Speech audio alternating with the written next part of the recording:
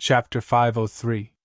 It had to be said that Celestial Corey still had some conscience when it came to treating the citizens of Kasi Empire. Otherwise, he wouldn't have limited the self-destruct radius to 10 meters. It was precisely because of this that Han Shuo, reminded by Kelly, was spared from the aftershocks of Celestial Corey's death. Celestial Corey, one of the highest leaders of the Shrine of Ice, was finally cornered and forced to his death by the combined pursuit of Han Shuo and Kelly. His final, suicidal attack before his death did not truly harm Han Shuo and Corey. The light dissipated. The space that had undergone a temporary change due to the powerful energy returned to normal in the blink of an eye. However, Celestial Corey had forever vanished from the duo's sight. Han Shuo heaved a sigh of relief. He felt as though a heavy stone hanging in his heart was suddenly thrown into an endless abyss. He felt an indescribable sense of comfort and contentment. Dead, he died just like that. Sigh. Kelly sighed ruefully. His colossal ape body began to shrink little by little. Experts with demigod existences were characters at the pinnacle of the pyramid on Profound Continent. They were as rare as phoenix feathers and Qilin horns. Although they were enemies, Kelly still felt that it was a pity. So what if they were demigod existences? Weren't they still unable to escape death? Looking at Snow's celestial Tiana, who had turned into a streak of white light, Han Shuo suggested with a malicious smile. Kelly, I think we should completely destroy the Shrine of Ice's foundation in one go. In the blink of an eye, Kelly, who had returned to his human form, stood shoulder to shoulder with Han Shuo. He looked deeply at Snow's celestial Tiana, who was hovering in the air far away, shook his head, and sighed. He stared at Tiana and said, Back then, your Shrine of Ice had destroyed the foundation of our druidic order in Kasi Empire, leaving not a single church for us to preach our doctrine. Even I myself had to leave after being injured by your and Corey's joint attack. I never thought that you would have such a day. The weather in Kasi Empire is frigid. This is the territory bestowed upon us by the Ice Goddess. Naturally, there shouldn't be any heresy in the territory of the Ice Goddess. Tiana looked at Kelly from afar, her expression cold and indifferent. She did not seem to be greatly affected by Corey's death. There's nothing to say to her. Great Sage Kelly, let's do it! Han Shuo had no interest in the religious dispute between the two. All he wanted was to eradicate his enemy, Tiana. It's no use. She's already prepared to leave. Kelly shook his head and said calmly. Han Shuo stared blankly for a moment, then immediately fixed his gaze on Snow's celestial Tiana in the distance. He saw her body gradually fade, as though she had become a snowflake drifting in the wind. Han Shuo stared blankly at Tiana. He saw that the aura on her body had fused with the elements of water between heaven and earth. He could clearly see her, but he could not sense her aura. Gradually, Tiana was like a snowflake melting into water, disappearing bit by bit. He watched helplessly as Tiana disappeared bit by bit. He didn't appear to stop her. He knew that Tiana was standing so far away. If she wanted to leave wholeheartedly, given the compatibility between her soul and the water element, there was no way he could stop her. It wasn't until Tiana had completely disappeared from Han Shuo's sight that the squad of knights that had followed him arrived. Before these knights could speak, Kelly of the Druidic Order looked at Han Shuo and said, Let's go. We'll talk somewhere else. On Profound Continent, people like us have a tacit understanding not to meddle in worldly disputes. Don't make things difficult for them. Nodding his head, Han Shuo followed behind Kelly, effortlessly avoiding the large squad of knights that had arrived with great difficulty. After wandering for a while, they arrived at a valley with lush vegetation. The little valley wasn't in Siro's city, but in a medium-sized forest on the outskirts of the city.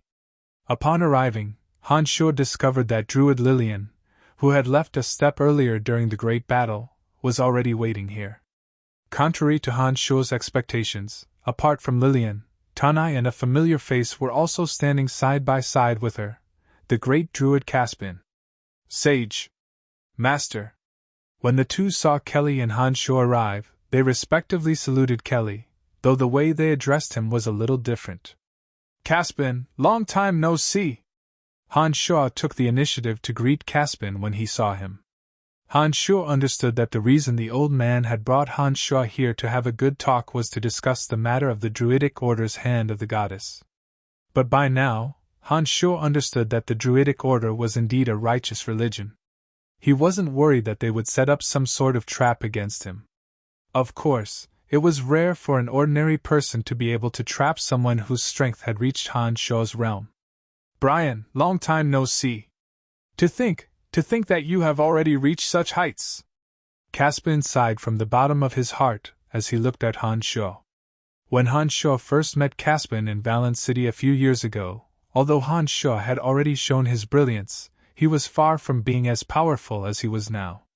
In the short span of a few years, Han Shuo had the strength of a demigod, just like his master. Caspian couldn't help but gasp in admiration at such progress. Hee, that's all because I'm lucky. Han Shuo laughed. All right, we can finally have a conversation without worries. Sage Kelly of the Druidic Order smiled faintly. His weather-beaten eyes focused on Han Shuo. He suddenly let out a soft sigh and said helplessly, Brian, it's all thanks to your help this time. Otherwise, not only would it have been difficult to force Celestial Corey to his death, I'm afraid that I would have suffered quite a bit under the combined might of the two of them. Sage, you're too kind. They are also my enemies. There's no need to talk about who helped who when we joined forces. You don't owe me anything. Han Shuo knew what Kelly wanted to talk to him about, but he still replied courteously. Sure enough, after Kelly had said those words, he continued, Logically speaking, you have helped us and obtained the hand of the goddess through your own abilities. We really shouldn't have any thoughts of taking it back. However, the hand of the goddess is the divine weapon of our Druidic Order. As believers of the goddess of nature, it is our duty to take back the hand of the goddess. I really don't know what I should do. Han Shuo had long anticipated that they had guessed that the hand of the goddess was in his hands. Now that things had come to this, Han Shuo wouldn't play dumb. However, he also wouldn't hand the hand of the goddess over to them. Looking deeply at Kelly, Han Shuo said, The item is indeed in my hands. I understand what it means to you, but it's even more important to me. I'm sorry, no matter what, I won't hand it over to you. Hearing Han Shuo's words, the great druid Caspian opened his mouth as if he wanted to say something, but in the end, he shook his head and sighed, not saying any words of persuasion. In his dealings with Han Shuo, he didn't owe Caspian any favors. On the contrary, it was Caspian who had troubled Han Shuo time and time again. Although the two of them had a small friendship, Caspian didn't think that Han Shuo would change his mind for such a major matter. Therefore, he wanted to say something, but stopped himself. Mr. Brian, I know that with your identity and status, you definitely wouldn't care about gold coins. Then, the method that I suggested in the auction house earlier will definitely be useless. Lillian looked at Han Shuo with sparkling eyes and continued. However, can you tell us how you know the miraculous use of the hand of the goddess? What do you want the hand of the goddess for? As far as I know, even among the followers of our Druidic Order, not many have seen the hand of the goddess, much less know its miraculous use. Nodding, Sage Kelly of the Druidic Order also stared at Han Shuo, not concealing the curiosity in his heart in the slightest. He said, That's right. As the most devout follower of the Druidic Order, even I only know a portion of the miraculous use of the hand of the goddess. I simply don't have the ability to make it fly away on its own. I really can't figure out how you can do it. After hearing Kelly's words, Han Shuo immediately understood that Kelly must have been hiding somewhere in Brack's Manor, and had seen some scenes. No wonder he was so certain that the hand of the goddess was in Han Shuo's hands. After creasing his brows and hesitating for a moment, Han Shuo considered whether or not he should tell them about the hand of the goddess and the Wood Elite zombie. Otherwise, he wouldn't be able to explain this matter clearly. I know, this is your secret.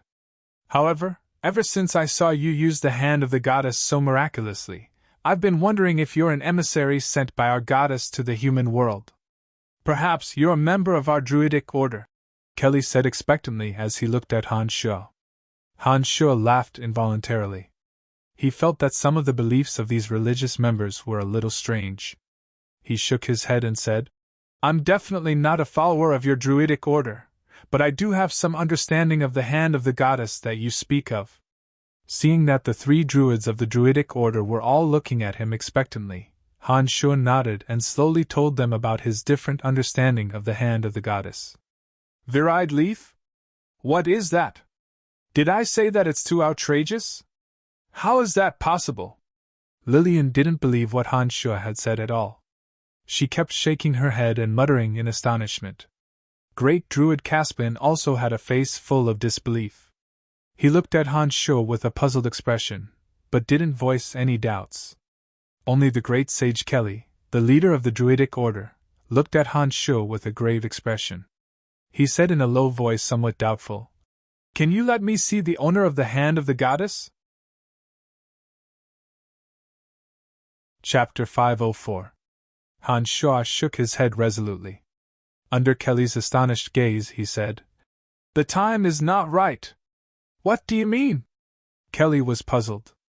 Looking at the master of the hand of goddess, this shouldn't be a particularly difficult matter. He couldn't figure out why Han Shuo would so resolutely refuse. Just like Tiana needs time to fuse with the origin crystal of water, the master of the virile leaf is also slowly fusing with it. During this period of time, he needs absolute silence and cannot be disturbed. Han Shuo explained. Han Shuo's explanation only made Kelly even more puzzled. He looked at Han Shuo doubtfully and asked, "If I heard correctly, you said that the master of the hand of goddess is a zombie warrior. A zombie warrior confused with the divine weapon of our druidic order, the hand of goddess. Is that what you mean?" "That's right," Han Shuo answered affirmatively. Old Kelly, who had lived for who knew how many years, had an unnatural paleness on his face. He subconsciously touched his chest with his right hand, as if he couldn't bear Han Shuo's explanation.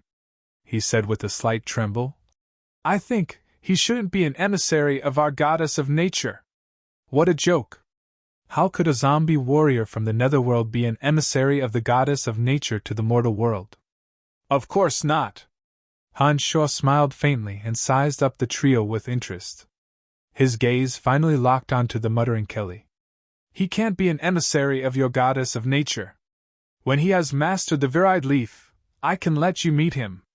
"So, the hand of goddess will become his weapon?" Kelly asked with great reluctance after a low sigh. "Although I feel a little helpless, I can only say that this is indeed the case." Han Shuo looked at Kelly apologetically and spread his hands. Soon after, an idea occurred to him, and he continued, "How about I compensate you with some gold coins? I'm really sorry." Judging from Lillian's performance, the Druidic order was not a religion that was good at accumulating wealth. Towards the Druidic order, Han Shuo really did have a good impression.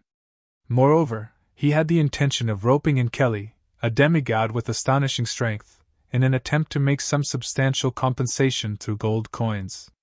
"Forget it, this is the church's own negligence. We can't let you bear the consequences for us." Kelly waved his hand weakly and rejected Han Shuo's compensation. Looking at Kelly, and then at Caspian and Lillian, Han Shuo understood that there was nothing to say even if he stayed. He laughed dryly and said, "I still have something to do, so I'll take my leave first. If the great sage is still interested in the master of the hand of goddess, you can come to Bretel City to find me next time. I will be more than happy to welcome you." In any case, the virile leaf should have come from the Druidic order. Although he had seized it from Zophie's hands with his own ability, he had still taken something that belonged to him. Han Shuo understood the helplessness in the hearts of the 3 of them. He knew that it would be impossible for them to talk harmoniously if he stayed. It was better for him to leave as soon as possible to avoid the awkwardness. "All right then, I will certainly make a trip to Bretel City when I have the time." No matter what, it was a pleasure to meet you." Kelly did not urge him to stay. He revealed a rather bitter smile and bade farewell to Han Shuo. "Me too. Goodbye," Han Shuo replied politely. He then nodded at the great druid Caspian, turned around, and left the valley. After leaving the valley, Han Shuo did not immediately return to Zero City. Instead, he pondered on how to deal with the Shrine of Ice. With I's celestial quarry dead, the Shrine of Ice's strength had greatly declined in Han Shuo's eyes. Snow's celestial Tiana alone basically posed no threat to Han Shu. The hatred of being betrayed on the sacred mountain of the Church of Light had always been engraved in Han Shuo's heart. It was just that Tiana had suddenly disappeared. Han Shu had no idea where she had fled to, but he reckoned that she should be within the icy peaks of the Shrine of Ice. Because he needed to launch a sneak attack on I's celestial quarry, Han Shu had concealed his consciousness. Now that he had left the valley, Han Shu immediately released his consciousness again. He planned to continue provoking the six-horned tribal king of the soul race, luring him to the Shrine of Ice, and teach Tiana and the others a painful lesson. However, after Han Shu released his consciousness, he suddenly discovered that the six-horned tribal king of the soul race had actually stopped in one place. He did not continue to chase after Han Shu. This made Han Shu somewhat puzzled. He did not understand why the six-horned tribal king would stop. Could it be that the old monster Statholm had yet to fuse his soul with the crystal of fighting aura, and was coincidentally hiding in the middle of the six-horned tribal king's path? Could it be that the six-horned tribal king had sensed the old monster Statholm's presence, and had conveniently dealt with the old monster Statholm first? Han Shu was startled. He was startled by this thought. After carefully sensing with his consciousness, Han Shu could roughly guess that the six-horned tribal king of the soul race was within the borders of Angela Empire. Shaking his head helplessly, Han Shu was worried about Statholm. However, he did not recklessly head to Angela Empire to find out what was going on. Of course, if that was the case, the old monster Statholm would have already been killed before Han Shu could head to Angela Empire. 2 days later, Han Shu discovered that the six-horned tribal king was still within the borders of Angela Empire. No matter how Han Shu provoked him, the tribal king still did not come to Kasi Empire to pursue and kill Han Shu. With that, Han Shu was almost certain that the six-horned tribal king did not stop because of Statholm the old monster. After all, the old monster Statholm's strength was not enough to resist the six-horned tribal king for 2 days. Although Han Shu did not know what had happened in Angela Empire, it was obvious that the six-horned tribal king had been delayed there. Moreover, Han Shu had no idea when the six-horned tribal king would leave Angela Empire. Han Shu was very curious as to what had happened to the six-horned tribal king in Angela Empire. However, he wisely chose not to go and find out. Without this six-horned tribal king of the soul race, even if Han Shu were to encounter Snow's celestial Tiana, he was not certain that he could kill her. Therefore, after some consideration, Han Shu decided to temporarily give up on hunting down Tiana. He would wait until the little skull had fused with the origin crystal of death, and when Water Elite Zombie and Wood Elite Zombie had further formed the penta-elemental undead formation, before dealing with Tiana. Having lost one of their pillars, the strength of the Shrine of Ice had declined sharply. Han Shu believed that the Druidic Order would also seize the opportunity to act. He was rather gloating over their misfortune. At noon, under the scorching sun, inside a mansion in the northern district of Siro City, Han Shu stealthily snuck in. Before leaving Kasi Empire, he came to check on Sophie's condition and bid her farewell. In any case, Sophie had accompanied Han Shu for a few days and had done her part as a host. Han Shu had a rather favorable impression of Sophie. He was also somewhat worried that Sophie would be ruined in the hands of that good-for-nothing Brack. Therefore, he made a trip here before he left. When Han Shu arrived at the mansion, he unfolded his consciousness and slowly searched for Sophie's aura. It didn't take long for Han Shu to locate Sophie. However, when Han Shu arrived at Sophie's location, he furrowed his brows deeply. It was a rather spacious room with 3 intricate and thick magical boundaries set up. It could be seen that the person who cast the boundaries was rather accomplished. They didn't affect the space or the items in the room, but still firmly trapped Sophie inside. Separated by 3 magical boundaries, Han Shu could still clearly see Sophie. She was under house arrest and had a worried look on her face. She looked much more haggard than she had been 2 days ago. It seemed that she had been having a hard time. Frowning at Sophie, who was separated by 3 magical crystals, Han Shuo slowly released his consciousness and slowly sensed the location of his father, Sacred Knight Sulo. At this moment, Sacred Knight Sulo was training hard in his own practice room. It seemed that it was no mere fluke that he could become a Sacred Knight. After hesitating for a moment, Han Shuo reached out and pressed on the 3 magical boundaries. Demonic light glowed from his palm. Crack, crack, crack. The 3 magical boundaries shattered like mirrors. Who is it? Sophie was startled and cried out in alarm. It's me! Han Shuo replied softly and strolled towards Sophie. He looked at the somewhat surprised Sophie and asked, What's going on? It's nothing. My father doesn't allow me to run around. He's planning to marry me off to Brack in a few days. Sophie smiled bitterly and helplessly. For some reason, when he heard that Sulo was going to marry Sophie off to Brack, Han Shuo actually felt a vague sense of discomfort in his heart. A hint of anger flashed across his eyes. Han Shuo said, Your father has gone senile. How could he have such a tyrannical way of doing things? Sigh. Sophie shook her head and sighed.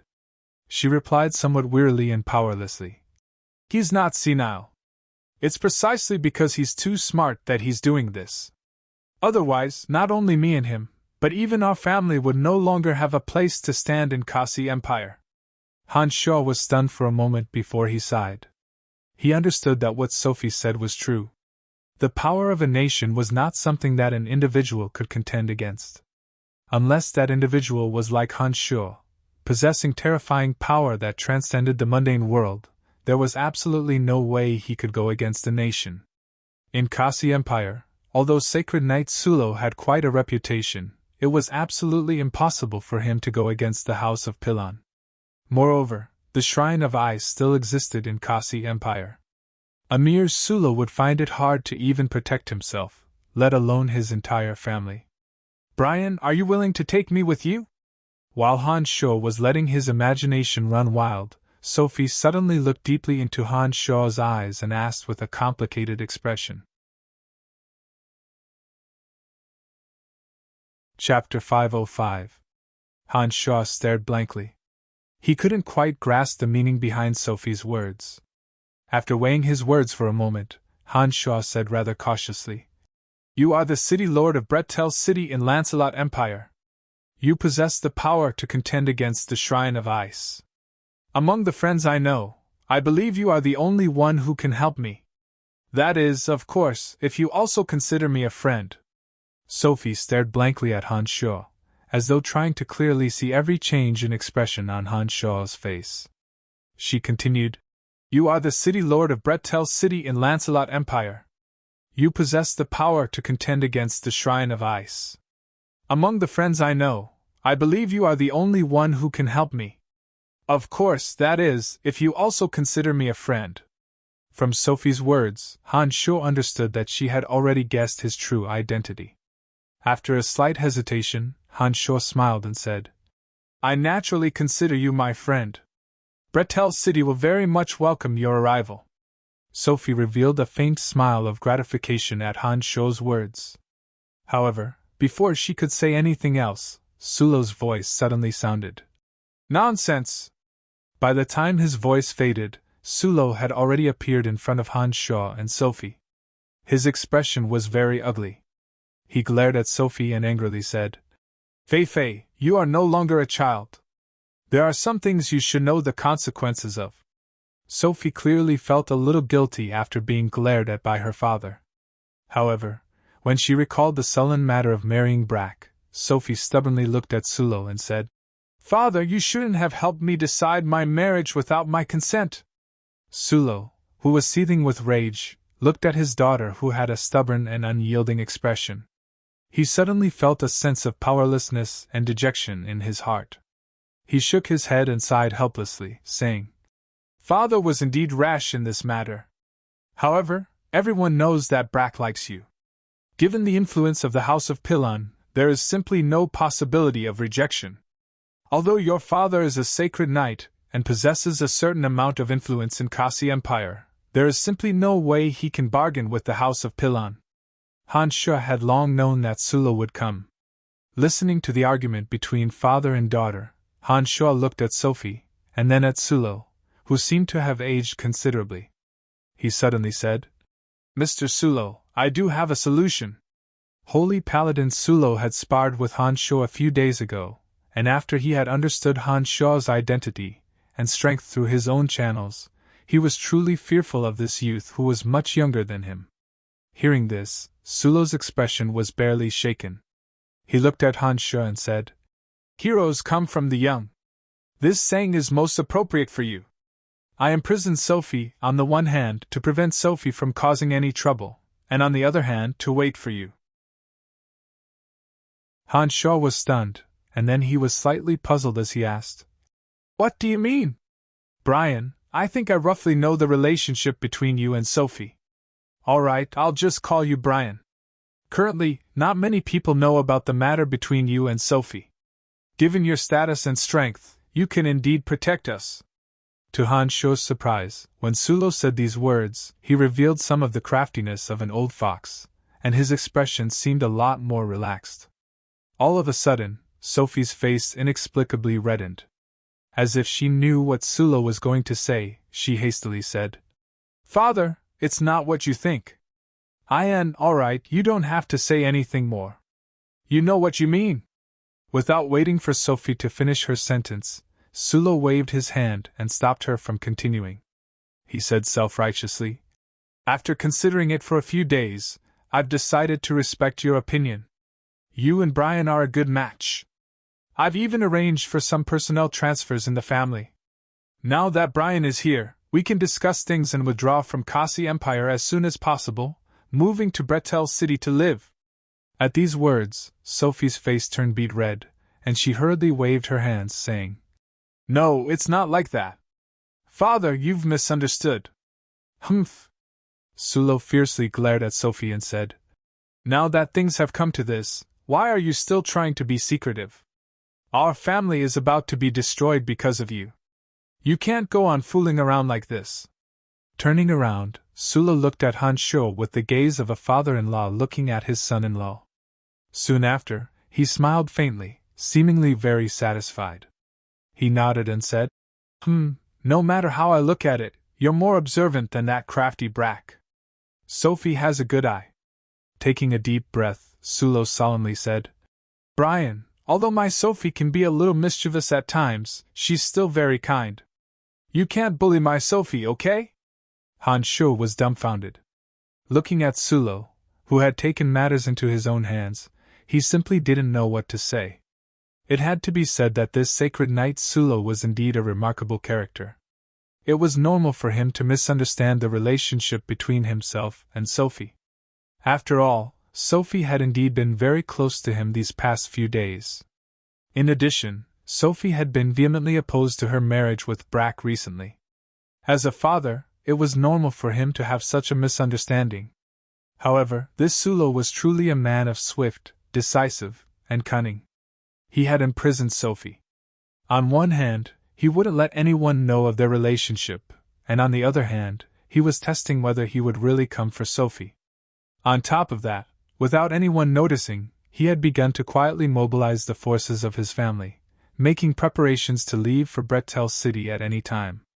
Although this Sulo had misunderstood the relationship between himself and Sophie, he was truly a remarkable character. A series of thoughts flashed through Han Shu's mind. Han Shu's eyes shone brightly as he sized up Sulo. His mind raced. A sacred knight was a considerable force to be reckoned with in any country. Even if he left Kasi Empire, Sulo could still lead Sophie and his family to establish a foothold in other countries without relying on him. A sacred knight. No country would refuse him, especially a country that was hostile to Kasi Empire. This old fellow was definitely not simple. He was indeed a formidable character. Han Shu inwardly came to a conclusion about Sulo. Han Shu, who had intended to clarify the facts, suddenly had a thought. He revealed a modest smile and assured Sulo. "How could I? I can't wait to dote on Sophie. How could I bear to bully her? Face flushed to the ears, Sophie was anxious to explain the truth to her father. When she heard Han Shuo's words, it was as if she had received a heavy blow. She glared fiercely at Han Shu and cried out even more anxiously. Father, father, don't listen to his nonsense. He and I. With a wave of his hand, Sulo once again interrupted Sophie's explanation and said, He's not spouting nonsense. I believe he will take good care of you. Brian is not like Brack.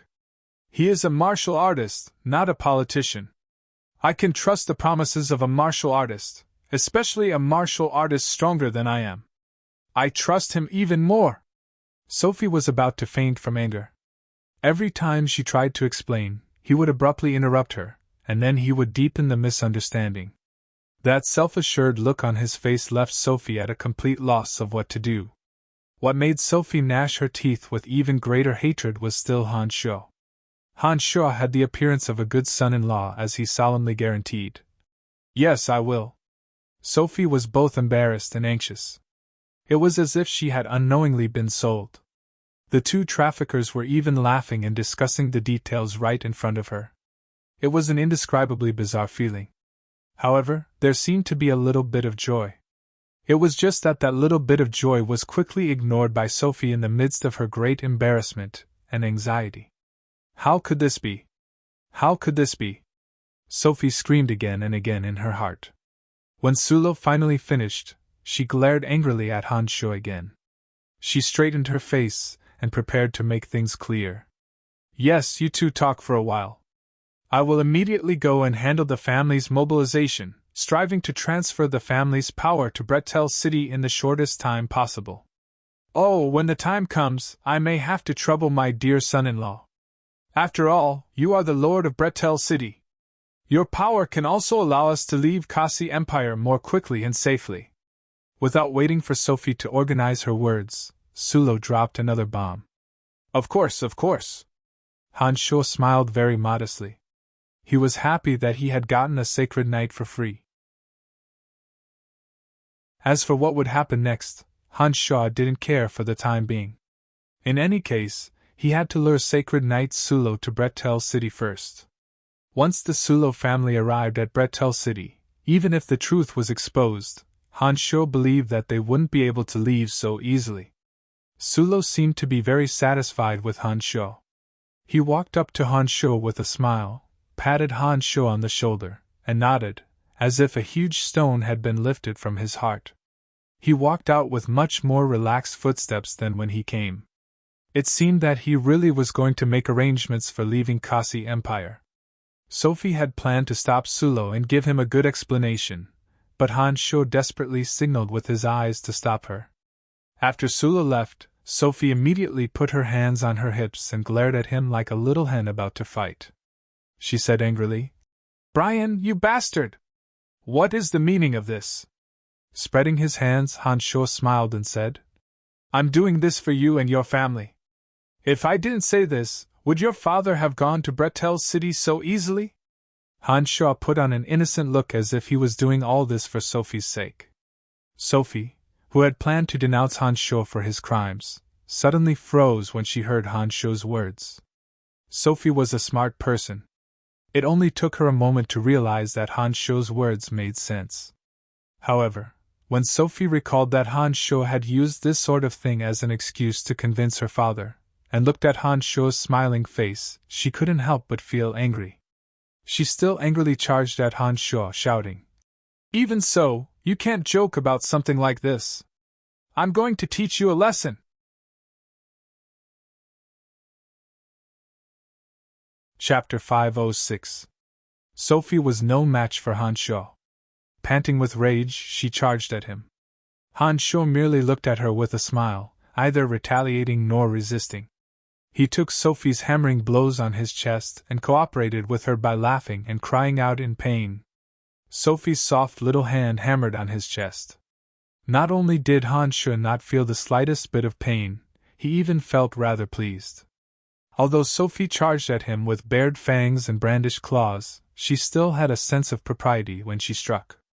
Given Han Shuo's abnormally strong body, he naturally wouldn't be injured in the slightest. After hitting him for a while, Sophie finally realized that all her efforts were in vain. Looking at Han Shuo's hateful face, she didn't know how to vent her anger.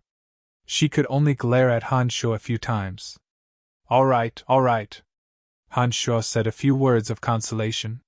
Smiling, he said, I'm doing this to make your father feel at ease. Only in this way will he head to Bretel City without any misgivings. When he arrives at Bretel City, you can properly communicate with him. At that time, even if he complains, nothing will happen. Sophie and Han Shuo played around for a while. Her originally anxious mood was released. After thinking for a moment, she couldn't help but say, There are still some members in our family. It will be rather difficult for all of them to head to Bretel City unknowingly. Fortunately, Kasi Empire is in a mess because of you these days. Because my father is a sacred knight, he has absolute authority in the family. With a little more time, there shouldn't be any trouble. All right. Take advantage of the fact that Brack doesn't have time to deal with you these days. You'd better move your people as soon as possible. I will communicate with my people. There shouldn't be any problems, said Han Shuo. Oh right, what happened that day? Why did the Shrine of Ice suddenly issue an ice goddess writ, summoning all the bishops of Kasi Empire to return to the frozen peak of Snowy Mountain? Sophie couldn't help but ask Han Shuo with a frown. Ice Celestial Corey's death must have been suppressed by the Shrine of Ice. Otherwise, it would have had an immeasurable impact on both the Shrine of Ice and Kasi Empire. The reason why Tiana had issued the Ice Goddess writ and summoned the bishops of every region to the main peak of the snowy region was obviously to concentrate their power. It's nothing. It's probably to deal with us, Han Shuo replied casually. In any case, Sophie was a citizen of Kasi Empire. She should have a favorable impression of the Shrine of Ice.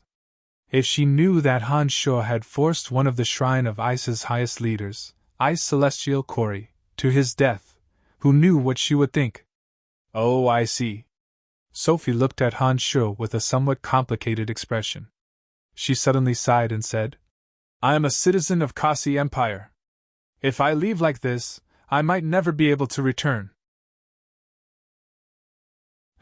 No matter what, I still hope you won't harm the common people of Kasi Empire. Don't worry, I won't attack ordinary people. I'll make some arrangements and leave Kasi Empire today.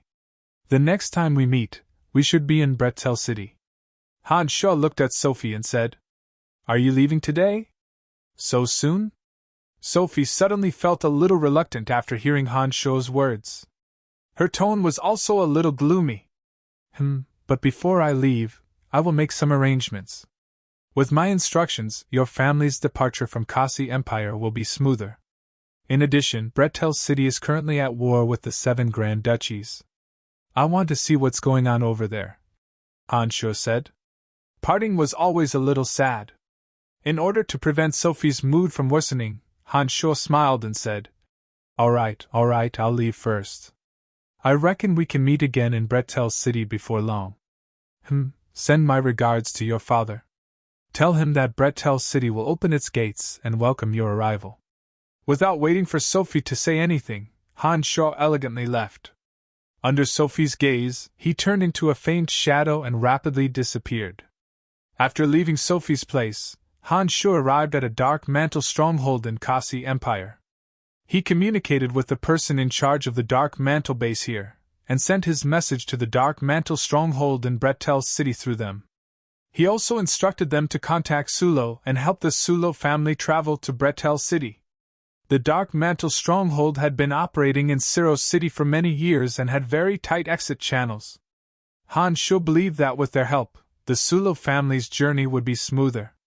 Taking advantage of the chaos in Kasi Empire over the past few days, Han Shuo believed that with the old fox Sulo's power and the help of the Dark Mantle, there shouldn't be any problems.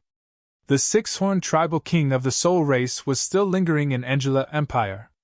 When Han Shuo headed for Lancelot Empire, he concealed his consciousness again and unhurriedly arrived at the Dark Forest, preparing to pass through it and return to the Cemetery of Death. Midway, Han Shuo suddenly sensed the joy of the little skull in the netherworld. Having just entered the Dark Forest from Caesar City, Han Shuo was overjoyed. Without thinking too much, Han Shuo knew that the little skull must have fused his soul with the origin crystal of necromancy. The little skull already possessed astonishing strength. Once it fused with the origin crystal of the pure element of death, it would surely bring an even greater surprise to Han Shuo. The impatient Han Shuo found a secluded cave and summoned Metal Elite Zombie to open up a stone room. He then took out the skeletal staff and made some arrangements in the surroundings. Shortly after, his consciousness passed through the space tunnel and arrived at the netherworld where the aura of death was the densest. Desolation, deathly stillness, monotonous shades of gray and white, the ever-present and chilly element of death, the never-ending and cruel slaughter, and the simple rule of survival of the fittest. This was the eternal and unchanging main body of the netherworld. On the peak of a towering mountain stood a palace that pierced straight into the heavens. Pure white bones were scattered all over the ground. Thousands upon thousands of undead creatures of all kinds were prostrating on the ground from halfway up the mountain, worshipping the peak as though they were on a pilgrimage. A gust of ghastly, sinister, and frightening energy engulfed the entire 10,000-meter-tall mountain. The dense aura of death was attracted by the sinister energy within the palace, and all converged towards the palace at the peak.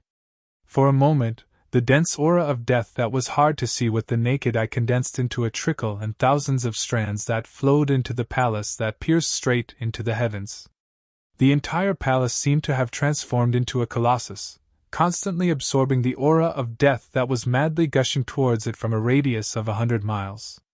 With the huge mountain as the center, the aura of death in the area frantically converged, startling all kinds of powerful undead creatures within 100 miles, or even 1,000 miles.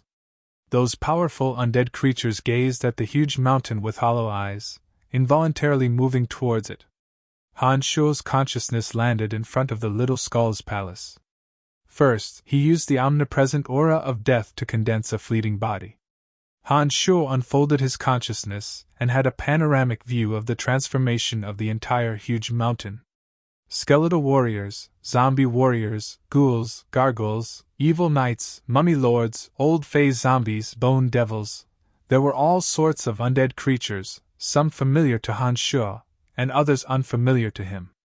They filled the foot of the mountain and halfway up the mountain, as if they were being summoned by some sort of power. They walked step by step towards the top of the mountain. Looking into the distance, within a radius of several dozen miles, even more undead creatures were also rushing towards this direction. Among them, there were even 2 bone dragons and an extremely valiant king zombie. The king zombie with a green face and sharp fangs roared all the way, turning some of the low-ranked undead creatures in the surroundings into ashes. Han Shuo could see that the 2 bone dragons and the king zombie seemed to have come to the palace where the little skull was located with hostility. This was because they discovered that their subordinates were suddenly no longer listening to their orders. Under the influence of some kind of evil summoning power, they were leaving them step by step. How humiliating was this for a king of the undead world! Although they also felt the summoning from the peak of the 10,000 meters tall mountain, as kings of the undead world for many years, they already had the ability to get rid of that summoning power. Moreover, they were trying to completely destroy this extremely daring existence. "Father, you're here!" Just as Han Shuo was gazing into the distance, the Earth Elite Zombie suddenly walked out from the center of the palace. Behind the Earth Elite Zombie, the Fire Elite Zombie and the Metal Elite Zombie also walked out side by side.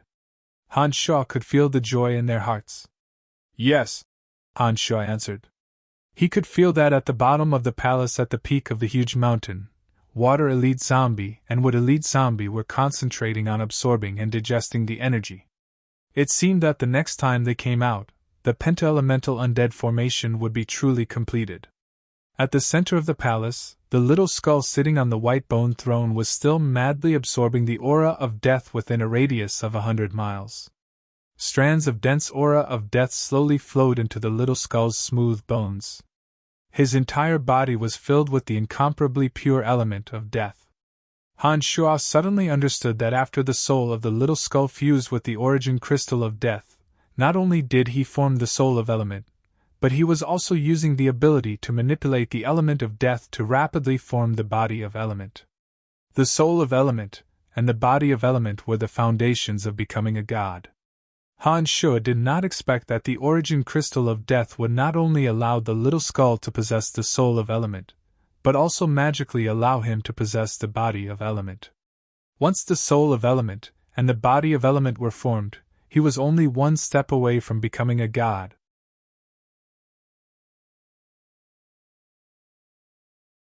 Chapter 507. Undead creatures as far as the eye could see, as though on a pilgrimage, swarmed towards the 10,000-meter-tall mountain peak. At this moment, Little Skull was the most famous undead king within a 100-mile radius. The aura of death madly surged towards the palace and was absorbed by Little Skull, who sat on the throne of white bones, into his sparkling and translucent white bone body. Little Skull's incomparably tough and tyrannical bones were rapidly transformed, forming a body of element that was most compatible with the element of death. Metal elite zombies, earth elite zombies, and fire elite zombies stood in 3 different directions in front of the palace. The 3 undead creatures were equally unordinary. Behind them stood a few evil knights and a mummy lord bone demon, firmly guarding the undead king inside the palace. The 2 bone dragons and the zombie king roared as they charged forward. Wherever they passed, the low-level undead creatures that had betrayed them would be crushed into bones by their tyrannical strength. One by one, the resentful spirits would be annihilated. The 3 extremely powerful existences of the netherworld, carrying with them a monstrous rage, rapidly walked towards the top of the mountain peak. During this process, Little Skull had already absorbed all the aura of death within a 100-mile radius, forming a body of element. Father! Little Skull finally walked out of the palace and stood at the top of the mountain, looking down at the undead creatures that swarmed towards him. When Han Shuo saw that Little Skull had come out, he couldn't help but carefully size up Little Skull's current appearance. His whole body of pure white bones was filled with a jade-like luster, and every inch of his bones contained an enormous aura of death. A cloud of dusky smoke constantly revolved in the center of the skull. It was as inconspicuous as the eternal darkness of the netherworld, but Han Shuo understood that it was the soul of element condensed by Little Skull. When Han Shuo looked at Little Skull, he could sense that the soul of element at the center of Little Skull's skull had fused with the omnipresent aura of death in the netherworld. Even so, this newly reforged body of Little Skull also gave Han Shuo a strange feeling.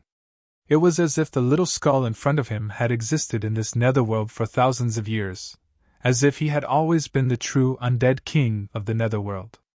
2 bone dragons and a zombie king have come. They are not affected by your power, Han Shuo said. I deliberately lured them here. Father, just watch, they will still crawl under my feet. Little Skull was incomparably confident. He slowly walked in front of Han Shuo, his purple demon eye glistening with evil light. An indescribable power spread out like water ripples, fusing with the aura of death between heaven and earth. As though it was an order, after Little Skeleton emitted this energy, the tens of thousands of undead creatures that were rushing to the summit of the giant mountain as though they were on a pilgrimage suddenly all prostrated themselves on the ground. None of them moved an inch and only lowered their heads, as though waiting for Little Skeleton's next order. Han Shuo could see that among the undead creatures that covered the entire mountain, only a small portion were Little Skull's original subordinates. Most of the undead creatures were outsiders who had heard the summons from the mountain peak. Most of them were originally following the 2 bone dragons and the king zombie. It was only because they were attracted by Little Skeleton's miraculous energy that they instinctively gathered at the mountain peak. Under Little Skull's divine might, they all crawled on the ground, not daring to move. Only the 3 bone dragons and the zombie king, who had existed for who knew how many years, were not affected by Little Skull's power. They roared all the way to the top of the mountain. Is it you challenging my dignity? When the 3 undead creatures that stood at the top of the pyramid of the netherworld arrived in front of Little Skull, one of the bone dragons emitted a powerful corrosive aura and spewed out long dragon's breath. Its body floated above the mountain, looking down at Little Skull from above. Unruly existence, you will pay the price! The huge body of the zombie king roared at the sky, emitting its tyrannical corpse aura that could make low-level undead creatures willingly submit. It seemed very irritable and angry.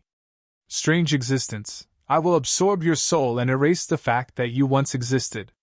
The last bone dragon swayed its tail and appeared in the sky behind Little Skull. It looked greedily at the soul inside Little Skull's skull.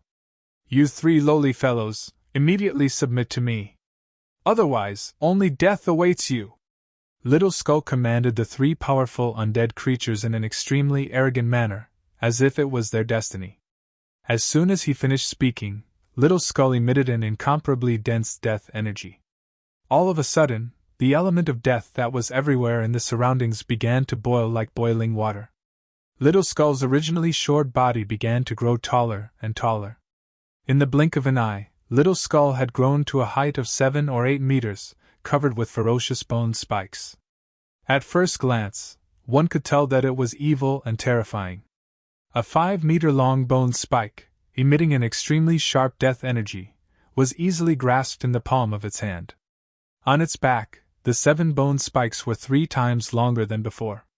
They were ferocious like terrifying fangs, shining with a bewitching and evil luster, giving off a strong sense of shock. The Little Skull that had suddenly grown in size, and the power that looked down on all living things, burst out in full force. In an instant, the 3 creatures that swore to vent their anger on him felt an instinctive fear in their hearts. All of them involuntarily kept a distance from him. Submit to me. Otherwise, your lowly souls will be thoroughly obliterated, Little Skull said in an evil tone, once again destroying their willpower. 2 bone dragons, the 3 of us will join forces and slay this powerful being. The king zombie took a few steps back. As soon as Little Skull's arrogant words faded, he immediately took a few more steps forward, raised his head, and proposed to the 2 bone dragons that were hovering in the air. Not bad. They fiercely charged at Little Skull one after the other. The attacks that had been brewing in their bodies for a long time erupted in an instant. The king zombie ferociously charged over. The surrounding corpse aura was even sharper than a sharp sword. It carried an unstoppable and terrifying energy. With a stretch of his hand, Little Skull stopped metal, fire, and earth elite zombies from helping and said, I'll do it! Han Sho, who originally planned to join forces with metal and fire elite zombies, simultaneously received Little Skull's dissuading message. An absolute confidence emanated from Little Skull. At this moment, it was as though he was the true king of the netherworld since ancient times.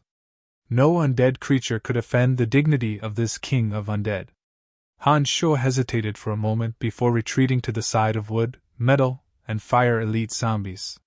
He watched the cruel battle that was about to unfold from afar, and concentrated his energy, ready to join the fray the moment Little Skull showed signs of defeat. 2 bone dragons and a king zombie. These were powerful undead creatures that only a sacred magus necromancer could summon. Even on the profound continent, existences of this level were powerful creatures that would give anyone a headache. In the netherworld, the aura of death was extremely dense. Han Sho, who had only arrived here with his consciousness, did not have the confidence to deal with any existence of this level. Roar! Little Skull let out a disdainful howl. Mixed with the aura of death, it drifted to a radius of several tens of miles.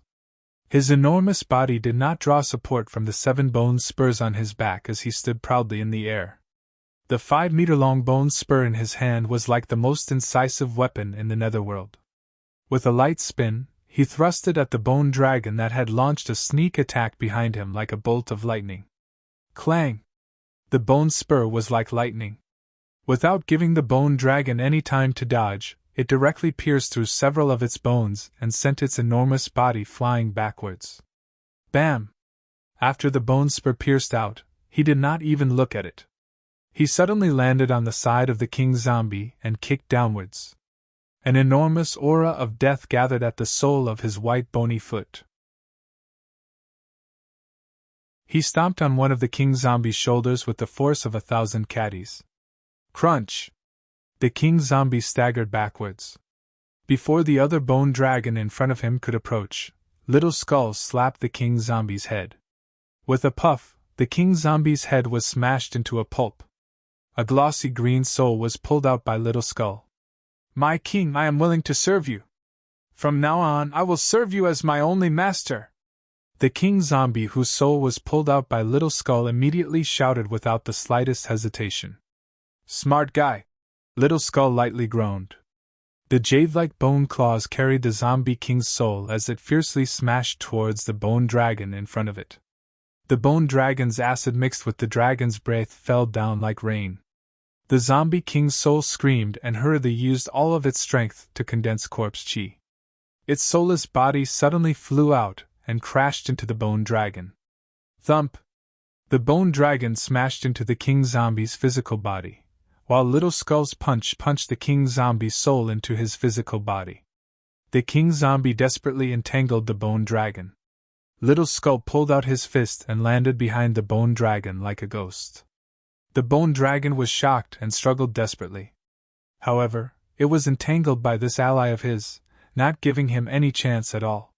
One could imagine how depressed the bone dragon was. It roared madly and cursed the king zombie for being shameless. The king zombie, who was frightened by Little Skull, understood that Little Skull's strength was not something he could contend against. Therefore, he wisely chose to surrender. Now was naturally the best time to show his loyalty. "Bone dragon, do you really want to die?" Little Skull stood behind the bone dragon. A bone claw had unknowingly appeared and touched the back of the bone dragon's neck.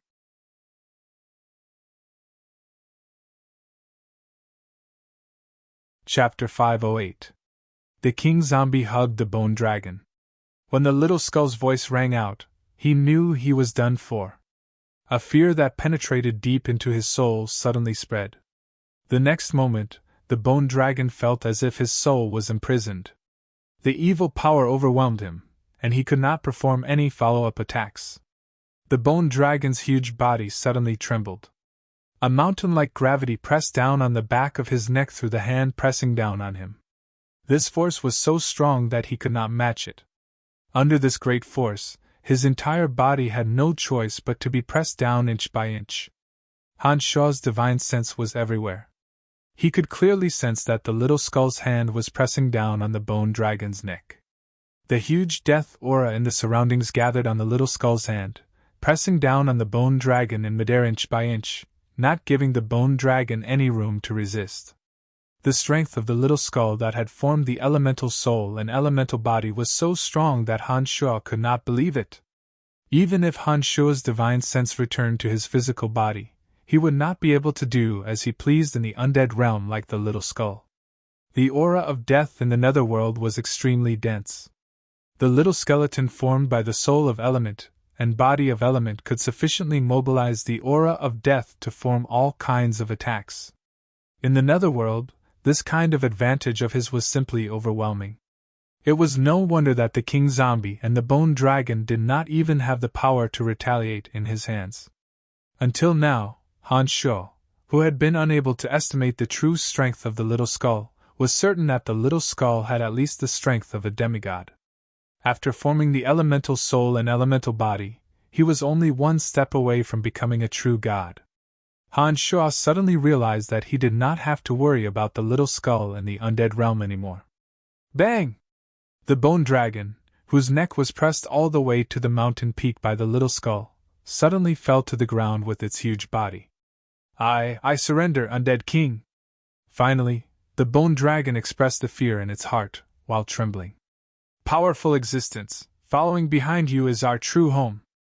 After the zombie king's soul was pressed back into its body by the Little Skull, it used the omnipresent aura of death to restore its head, which had been smashed by the Little Skull, and hurriedly expressed its loyalty. Well, it's not easy for you to evolve to this stage. If your soul is destroyed, you will no longer be able to exist, the Little Skull said in a dignified tone and let go of the bone hand that was pressing on the back of the bone dragon's neck. All of a sudden, Little Skeleton dashed out like a bolt of lightning and arrived in front of the last bone dragon in an instant. This bone dragon, who had a few of his bones pierced by Little Skull's bone spear, was now desperately trying to escape. It seemed that he already understood that he was no match for Little Skull, so he did not want to get involved in this mess and planned to leave as soon as possible. Unfortunately, the Little Skull's current strength was not something he could contend against, especially when the bone spear in Little Skull's hand was still stuck in the bone dragon's body. A ray of light streaked across the sky, and the Little Skull had already landed in front of the escaping bone dragon. Before the bone dragon could react, he grabbed the bone spear that was stuck in the bone dragon's body. His purple demon eye shone brightly, and he slowly turned the bone spear in his hand. The bones of the bone dragon made a cracking sound as they shattered one by one. He suddenly howled miserably and struggled in the air, shouting, "Master, great master, I know I was wrong!" Unexpectedly, he was also a coward. In the netherworld, survival of the fittest was the rule. When a low-level creature encountered a high-level existence, there were only two choices: to submit, or to be absorbed by the strong. Since the beginning of the netherworld, low-level undead creatures knew how to survive in front of high-level creatures. When this bone dragon realized that he could not even escape, he clearly knew what choice he had to make. "Very well, offer your soul and form a contract with me. From now on I will be your master, and you will be my slave, until one of us has our soul turned into ashes." The Little Skull stood in front of the bone dragon and stretched out his hand to make a strange soul contract. A strange oval magical band suddenly formed between his hands. After the successful release of the soul contract, the bone dragon only hesitated for a moment before obediently offering his soul, which slowly fell into the magical brand between the Little Skull's hands. The other bone dragon and the king zombie also obediently walked over. Without waiting for the Little Skull's orders, they voluntarily offered their souls and fell into the magical brand made by the Little Skull. The souls of the three extremely powerful undead creatures in the netherworld fell into the magical brand between the Little Skull's hands. At this moment, an evil force suddenly rushed out from the Little Skull's palms. The soul of element in the Little Skull's skull also slowly flew out and wrapped around the magical brand bit by bit. A magical contract that even Han Sho did not know about was suddenly formed. Han Sho looked at the contact between the four souls and understood that the Little Skull's soul had completely occupied the dominant role, and did not allow the other three creatures to have the slightest bit of autonomy. Gradually, the soul of element of Little Skull was returned to the bone dragon. With a sudden hand seal, the souls of the three powerful creatures suddenly fell into their original bodies in 3 straight lines. "Master!" The 2 bone dragons and the king zombie suddenly prostrated themselves at the feet of the Little Skull and respectfully called out to the Little Skull in unison. The 3 powerful undead creatures that came in anger, faced with the Little Skull who had evolved to a whole new realm, had almost no room for resistance. Just like that, they were forced to enter into a master-slave contract, swearing eternal loyalty to him. Han Sho had to admit that the Little Skull was becoming more and more inconceivable. When he recalled how he used to help him throw out the trash every morning, Han Sho really had an indescribable feeling of sorrow. In just a few short years, Han Sho had turned from a useless odd-job worker to the lord of a city in the Lancelot Empire, possessing strength comparable to a demigod. In just a few short years, a skinny and useless low-level skeleton warrior had continuously evolved and climbed to the peak that the Bone Dragon and King Zombie willingly submitted to. Sometimes, life was just so inconceivable, so full of changes, so magical. Very good, the 3 of you can be considered tactful. Otherwise, you would have been turned into ashes by now and all traces of your existence would have been completely erased. The Little Skull's purple demon eye glistened as it looked at the 3 newly recruited slaves prostrating themselves on the ground, proudly narrating the facts. "Master, only by following behind you can we advance further. Such a great existence like you will definitely bring us a wider world." The last bone dragon immediately started to flatter. It seemed that he was rather intelligent. Compared to the low-level undead creatures that were everywhere, these powerful existences at the top of the pyramid not only possessed terrifying strength, but their intelligence was also far higher than those low-level undead creatures. Just from their intelligent submission and their somewhat inexperienced flattery, it could be seen that they were all materials that could be molded. Roar! A resonant howl mixed with a sinister and terrifying energy was released from the little skull's body. In an instant, the undead creatures that were prostrating themselves on the ground all stood up one by one. They were like soldiers waiting for their general's orders as they looked at the little skull at the peak of the giant mountain. The undead creatures were very sensitive to levels. The fact that the 3 former kings had suddenly submitted to the little skull was already known to them through language. Now that the little skull that summoned them had proven his strength with unparalleled strength, these undead creatures instinctively felt fear. From today onwards, the 3 of you will continue to command your original subordinates. With this giant mountain as the center, expand to all the surrounding areas. If you encounter an existence that you can't contend against, immediately report to me. The little skull was really like a general commanding thousands of troops and horses as he methodically commanded the power that came out of nowhere. Yes, Master. Your Majesty as a king will be spread to every corner of the undead world by us. The 3 powerful undead creatures said in unison. Good. Take your original subordinates and retreat. The little skull ordered in high spirits. With the little skull's order, the undead creatures that were rushing over as if on a pilgrimage slowly retreated from the top of the giant mountain. The 3 roaring high-level undead creatures once again became the masters of the traitors. They were ready to lead them to charge and break through enemy lines to expand the territory of the little skull. This time, the summoning from the little skull made the undead creatures within a radius of a few hundred miles realize a fact. The little skull was the true king of the undead here. After lying dormant for a long time, the little skull's reappearance this time was indeed shocking. Han Sho, who had a panoramic view of everything, suddenly realized that the little skull had really changed. Unknowingly, he had become an expert that could no longer be ignored. In the undead world, the little skull was a true king. All the undead creatures had to crawl under his feet. Han Sho believed that with the little skull's existence, Han Sho would have an undead army of thousands of men and horses. The more powerful the little skull became in the undead world, the more solid Han Sho's foundation would become. The little skull that he had unintentionally created had now grown to this extent. Han Sho was filled with emotion.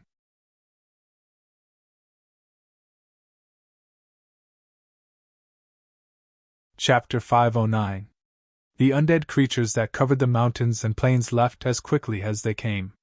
Not long after Little Skull's command was issued, they returned to where they came from.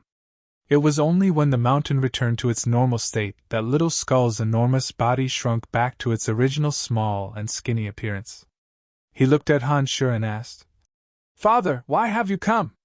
I sensed that your soul had fused with the origin crystal of death, so I came to check on your condition. I didn't expect that you have already reached such heights." "Very good," Han Sho said in a carefree manner. He was genuinely happy for Little Skull. "That's all because of Father's help. Without Father, I wouldn't be where I am now," Little Skull said.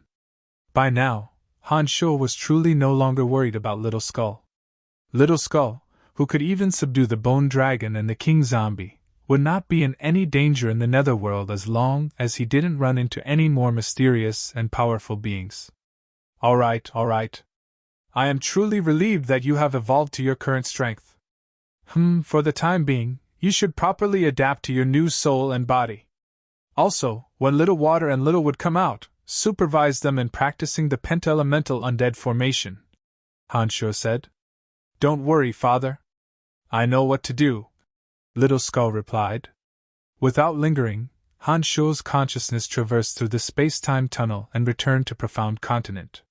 He regained his consciousness in that secret chamber in the dark forest. After an indeterminate amount of time, Han Sho stretched his arm and walked away from the secret chamber in the cave, heading deeper into the dark forest. The dark forest was a place one must pass from Kasi Empire to the Valley of Sunshine. The dark forest was a place full of mysteries and oddities. Han Sho had always been very interested in it. Han Sho hadn't spent too much time in the dark forest the last time he'd gone to Caesar City. Han Sho didn't have anything particularly urgent to attend to this time, so he wasn't in too much of a hurry. As he walked in the depths of the dark forest, Han Sho paid more attention to the things around him. Many strange flowers and plants became Han Sho's objects of interest. Han Sho had even obtained several kinds of heavenly treasures in one day. As he sighed inwardly at the wonders of the dark forest, Han Sho was even more attentive in his travel within the dark forest. For the next few days, Han Sho stayed in the dark forest and gradually moved towards the deepest parts. In these few days, Han Sho's harvest was quite bountiful. Not only did he obtain some heavenly treasures, he also discovered several super-rank magical beasts in hiding. Han Sho didn't make a move against those super-rank magical beasts. He only slightly revealed his demigod strength. These super-rank magical beasts that had lived for God knows how long all wisely stayed far away from Han Sho, fearing that Han Sho would suddenly have evil intentions and attack them. The cemetery of death was at the edge of the dark forest. Han Sho had come and gone through the dark forest countless times, but he'd never gone so deep into the dark forest as he was now. The deepest parts of the vast and boundless dark forest had always been synonymous with mystery. For so many years, the number of adventurers and challengers who had come and gone from the dark forest were as many as the hairs on an ox. However, no one dared to say that they had walked through the entire dark forest, and that they could come and go as they pleased in the deepest parts of the dark forest. In the past, on one hand, he didn't have enough strength, and on the other hand, he didn't have much time. Therefore, even though Han Sho had come to the dark forest many times, he had never seriously and carefully explored the deepest parts of the dark forest. Now that Han Sho possessed demigod strength, he felt that the depths of the dark forest would no longer threaten his safety. Therefore, he decided to make a trip to the deepest parts of the dark forest. From Kasi Empire's Caesar City to the Valley of Sunshine, one indeed had to pass through the dark forest. However, it was also at the edge of the dark forest. The deepest parts of the dark forest were like a mysterious world. It seemed that no one had ever been able to explore it and know the specific situation within. Very soon, Han Sho arrived at that forbidden area. Han Sho clearly remembered his experience with the Golden Dragon and the Cyclops in this place. It was also in this place that Han Sho obtained the personal notes of the founding experts of Lancelot Empire, and saw the bones of all kinds of super-rank magical beasts.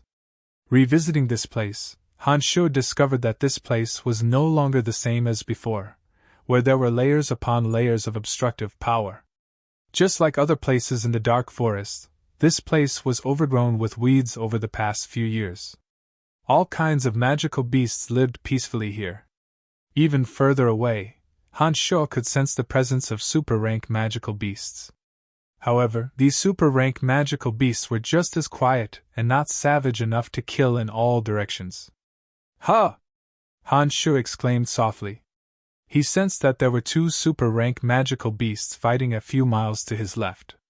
It seemed that the battle was very intense. Han Sho, who had originally come here with the intention of sightseeing, headed to the battle area after hearing the news. Not long after, he saw a beautiful unicorn fighting a Cyclops. With just a glance, Han Sho recognized the Cyclops. It was the same one he had encountered in the forbidden area. Unicorns were known as the purest of magical beasts. Their horns had the miraculous effect of purifying evil and detoxifying all poisons. The unicorn was as fast as lightning and could skillfully control lightning and wind magic. Beneath its beautiful appearance was a body that was not inferior to that of the dragon race. This unicorn ought to be an adult. Its single horn flickered with a dazzling 7-colored divine light. One moment, it was pure white like jade, and the next moment, it was multicolored. Coupled with its ethereal figure, it was simply like a vivid work of art. This beautiful unicorn was bouncing about in the lush, ancient trees.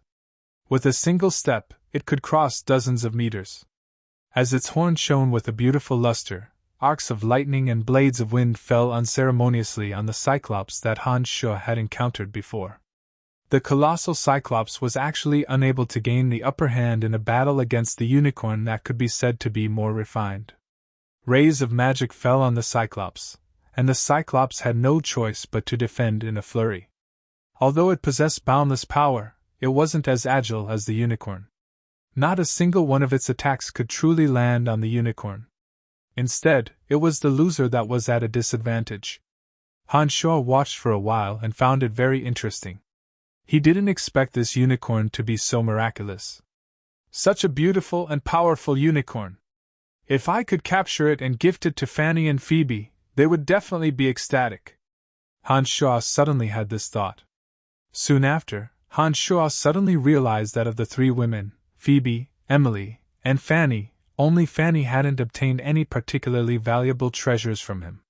He had gifted Phoebe the divine artifact Starry Sky, and Emily had not only obtained the demigod Ermite Cotton's letter and staff from him, but also an origin crystal of darkness. Instead, it was Fanny who had never obtained anything from him. As he thought of this, Han Shuo suddenly felt guilty. When he returned this time, no matter what, he had to gift Fanny a valuable treasure. Otherwise, wouldn't it show that he was biased? Not only did the unicorn have a flawless and beautiful appearance, but it also possessed miraculous power. Probably no woman could resist such a magical pet. Thus, Han Shuo planned to capture it no matter what and force it to form a contract with Fanny. This could be considered as making up for all the years he had owed Fanny. The unicorn really was a rather intelligent super-rank magical beast. When Han Shuo, who had been lurking in the shadows, was within 300 meters of it, it had already sensed him. Then, several arcs of lightning shot towards Han Shuo. Han Shuo was stunned, thinking that this unicorn was a restless little fellow. He reached out with both hands and pulled, and the lightning bolts were like thin threads that had been torn apart, shattering and disappearing. Seeing that he had been discovered, Han Shuo decided not to hide anymore. He walked out from behind a towering ancient tree, chuckling as he looked at the vigilant unicorn in front of him. He revealed a seemingly amiable smile and greeted, "Hi!" Before Han Shuo could say anything, yet another few bolts of lightning and a large field of wind blades whizzed over. Han Shuo forced a smile and continued to stretch out his hand to shoot at the sky, shattering the attacks unleashed by the unicorn. Suddenly, the Cyclops cried out in surprise, "Oh, it's you, mighty demigod existence!" This wasn't the first time the Cyclops had seen Han Shuo. Last time in the Forbidden Land, Han Shuo had absorbed a large amount of energy and entered a demonic state, leaving an unforgettable impression on the Cyclops.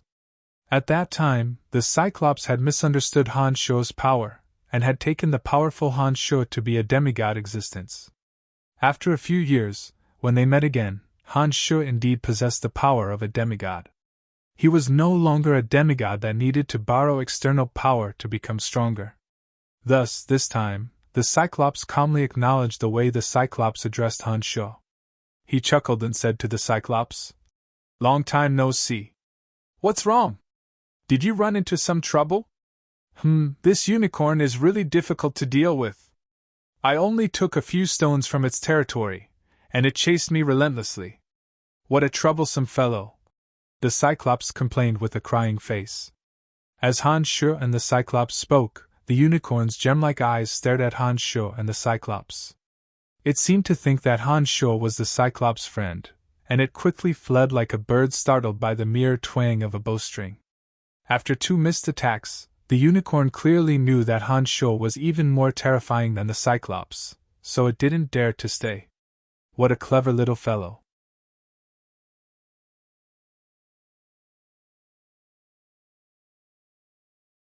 Chapter 510. Unfortunately, its opponent this time wasn't the Cyclops. Although the Cyclops was large, it couldn't catch up to the unicorn. However, Han Shuo was clearly much faster than the Cyclops. Han Shuo immediately ignored the Cyclops and chased after the unicorn as soon as he saw the unicorn turn around and flee. Han Shuo hadn't even used his full strength, but his speed had already surpassed that of the unicorn. When the unicorn had only leaped a few hundred meters, he suddenly blocked its path like lightning. Generally speaking, if one wanted to keep a magical beast as a magical pet, they first had to have the power to make it look at you seriously. Only humans who could display power that could convince it would have the right to communicate with it. Otherwise, it would be useless no matter what they said. Thus, Han Sho didn't hesitate at all. After blocking the unicorn's path with a speed faster than it, he immediately released 2 necromancy spells, the Boundary of Weakness and the Boundary of Fear. Han Sho very skillfully enveloped a large area. Much to Han Sho's surprise, the Boundary of Weakness and the Boundary of Fear affected many magical beasts of all levels in the area. However, the unicorn still ran as if it was flying, leaping dozens of meters with a single leap. It turned around and prepared to flee in another direction. The unicorn's spotlessly white horn shone with a strange luster. A pure and holy power flowed out from its horn, seemingly purifying the Boundary of Weakness and the Boundary of Fear. It was actually not affected by the 2 enchantments at all. Han Sho was startled, but soon came to his senses. The horn of a unicorn was incomparably bizarre. It had the effect of purifying evil energy. It seemed that the Boundary of Weakness and the Boundary of Fear were also within the range of purification. Seeing that the Boundary of Fear and the Boundary of Weakness were useless, Han Sho wasn't discouraged. In the blink of an eye, he once again blocked the unicorn's path. This time, Han Sho didn't use necromancy spells. He directly stuck close to the unicorn, and before it could react, he grabbed at it with lightning speed. The unicorn wasn't afraid of the Cyclops, and it even used magic to ravage the Cyclops. However, when it faced Han Sho, it didn't have any courage. It was smart enough to sense Han Sho's power, and it knew that it couldn't compete with Han Sho, so it turned around and left. When Han Sho reached out to grab it, its slender and bright eyes rolled around. Its front hooves kicked the ground and it changed direction again. It looked like it was determined to escape. Hee, you think you can escape? Han Sho laughed mockingly. Just as the unicorn was about to leave the range of his 2 hands, his arms suddenly elongated like a sponge, pressing down on the unicorn's waist with lightning speed. When the running unicorn was grabbed by Han Sho's 2 hands, it suddenly felt as if it had been shackled by 2 iron shackles. That kind of strength wasn't something it could resist, and its body was forcibly locked down, unable to move. The wind blades and lightning bolts shot towards Han Sho with no regard for their lives. At such a close distance, Han Sho couldn't dodge and had no choice but to deploy a protective barrier. A series of crackling sounds rang out, but Han Sho didn't move an inch within the protective barrier, completely unaffected by the wind blades and lightning attacks. Once the unicorn understood that its attacks were useless against Han Sho, it quickly gave up on its futile attacks. It hung its head dejectedly, and 2 lines of pitiful tears suddenly appeared in its gem-like eyes. It turned its head to look pitifully at Han Sho. "I beg you, let me go." The unicorn spoke in a clear and melodious female voice. The beautiful voice was incomparably moving, giving rise to a pleasant sense of beauty in the heart. Han Sho was startled, not expecting the unicorn's voice to be so melodious. However, Han Sho's mind was firm, and he clearly wouldn't let the unicorn go just because of its melodious voice. He still held the unicorn tightly and said with a smile, "I can let you go, but you must agree to become someone's magic pet." "Absolutely not." "Then just kill me." When the unicorn heard that it would become a magic pet, its melodious voice resolutely refused. "All right then, I'll kill you right now and pull out your horn." "Heh, your horn must be worth a fortune." Han Sho laughed coldly as he threatened. He used one hand to gesture on the unicorn's horn, as if considering how to make a move. Wait, I can give you treasures, as long as you're willing to let me go." The unicorn was obviously not as unafraid of death as it had just displayed. When it saw Han Sho's hand gesture on its horn, it hurriedly made another noise. "Treasures? Do you think a person like me would care about your treasures?" Han Sho laughed involuntarily and slapped a hand on the unicorn's body. Magical yuan floated within its body like a spider's web, forcibly restraining the unicorn with magical yuan. Han Sho let go and chuckled as he walked in front of the unicorn. He looked up and down the pitiful unicorn and began to entice it. "Actually, it's not bad to be my woman's magic pet. She'll definitely take good care of you. It's better than staying in this desolate forest." In addition, the human world is truly rich and colorful. There are beautiful things that you can't even imagine. A pure and holy existence like you will only be appreciated in the human world. The magical creatures of the dark forest will never know of your beauty. You must know. Looking at the unicorn, Han Shuo's voice was full of enticement as he spoke slowly. His voice was laced with the bewitching siren, using the unicorn's beauty to entice it and repeatedly emphasizing the splendor of the human world. Under the threat of Han Shuo's life on one hand, and the enticement of the human world on the other, the inexperienced unicorn's pitiful eyes gradually turned into curiosity, as if it had already been moved by Han Shuo's suggestion. It blinked at Han Shuo and spoke after a while. Is the human world really as beautiful as you say? Of course. I promise. Han Shuo was resolute and decisive as he continued to bluff like a charlatan. There are many beautiful things in the human world that you've never seen before. Only when you're in the human world will your beauty be appreciated by others. With my protection, no one will dare have ill intentions towards you. I can even help you evolve once more. As long as you agree to become my woman's magical pet, you'll discover that the human world is your true paradise. The unicorn obviously understood that it had fallen into Han Shuo's hands and had no other choice. On one hand, it was afraid of Han Shuo's death threat, and on the other hand, it was truly a bit curious about the human world. Its bright, gem-like eyes blinked for a while and no longer hesitated, nodding pitifully. Before Han Shuo could rejoice, the unicorn suddenly started haggling again. However, I want to choose my own master. It must be a woman, not a dirty man like you. Don't worry, it'll definitely be a beauty. You'll like her. Han Shuo guaranteed with a chuckle, thinking that there would still be room for bargaining once you arrived in human society. Human society is naturally colorful, but you'll quickly understand the viciousness of human hearts. All right then, I promise you. Let me go. The unicorn said dejectedly, looking like it had already accepted its fate. I'll first remove a portion of my power from your body, but I'll still leave something in your body to prevent you from taking the opportunity to escape. As Han Shuo spoke, he removed a portion of his power and patted the unicorn, saying, I've left an imprint in your body. No matter where you hide, I'll be able to find you, so you'd better know your place. Got it. The unicorn replied in resignation, muttering softly, What a despicable fellow. I hope my master isn't such a despicable and evil fellow. Otherwise, I'd rather die than live with such a despicable and evil fellow. Han Shuo listened to the unicorn's mutterings and didn't say anything else.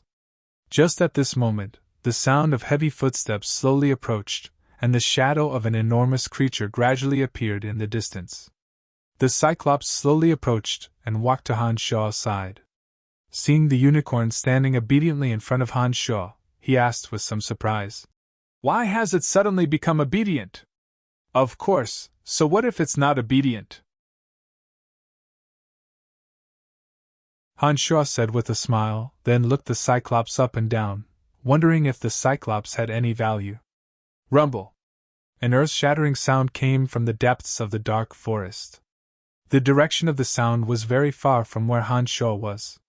Something big must have happened for it to be so loud from so far away. The unicorn and the Cyclops had obviously heard the sound as well. Fear appeared in their eyes, as if they were afraid of the commotion in the depths of the dark forest. Do you know what's in the depths?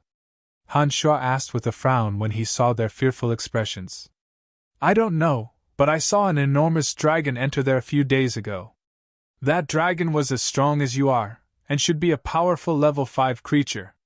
The unicorn replied with some trepidation. It was only level 3, and a level 5 dragon was equivalent to a demigod in the human world. The unicorn was obviously a bit afraid of a level 5 dragon. I don't dare go in either, but there seem to be many powerful creatures entering recently. Something big seems to have happened in there. The Cyclops also replied. Oh?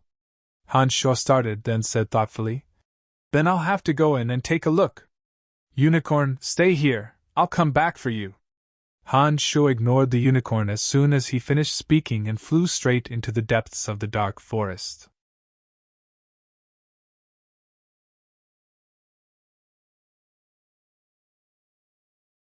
Chapter 5:11.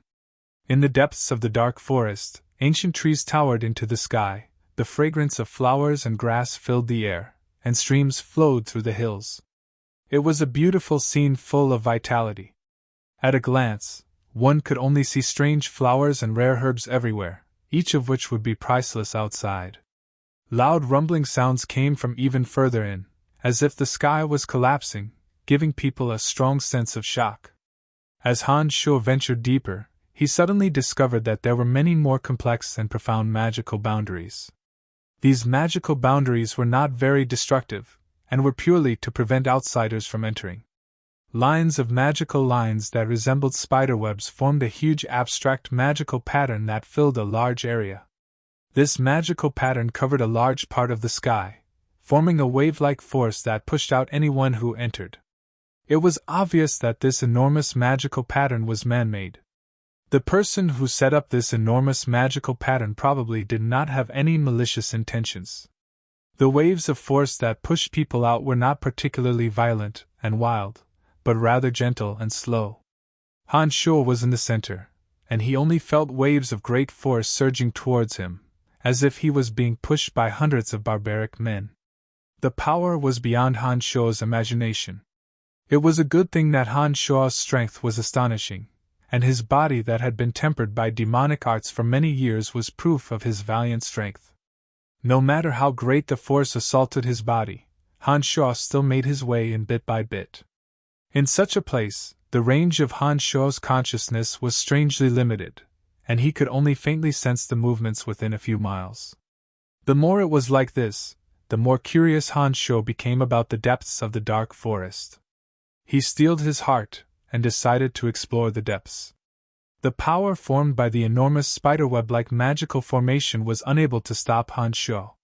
Relying on the strength of his body and the strangeness of his demonic arts, Han Shuo walked deeper step by step.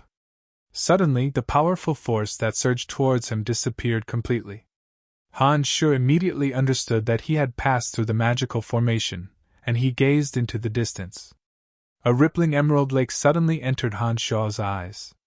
The emerald lake was like a large piece of smooth jade, clear, clean, and beautiful. Looking at the emerald lake in front of him, Han Shuo was stunned.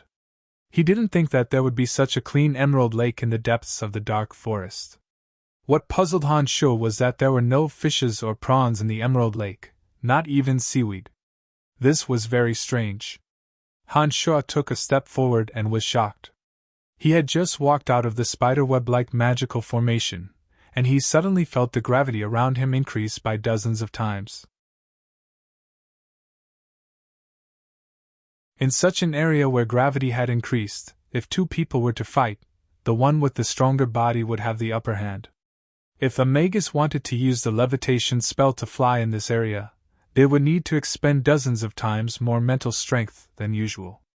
Even a sacred magus might not be able to stay in the air for long periods of time. Such a strange area made Han Shuo very curious as to who set it up. Although the gravity here had increased by dozens of times, it wasn't a problem for Han Shuo.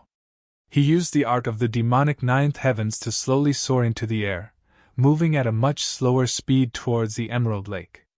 Although the gravity was strong, Han Shuo could still withstand it. He just had to expend a lot more energy than usual. However, just when Han Shuo arrived above the Emerald Lake, a gust of wind suddenly came from afar.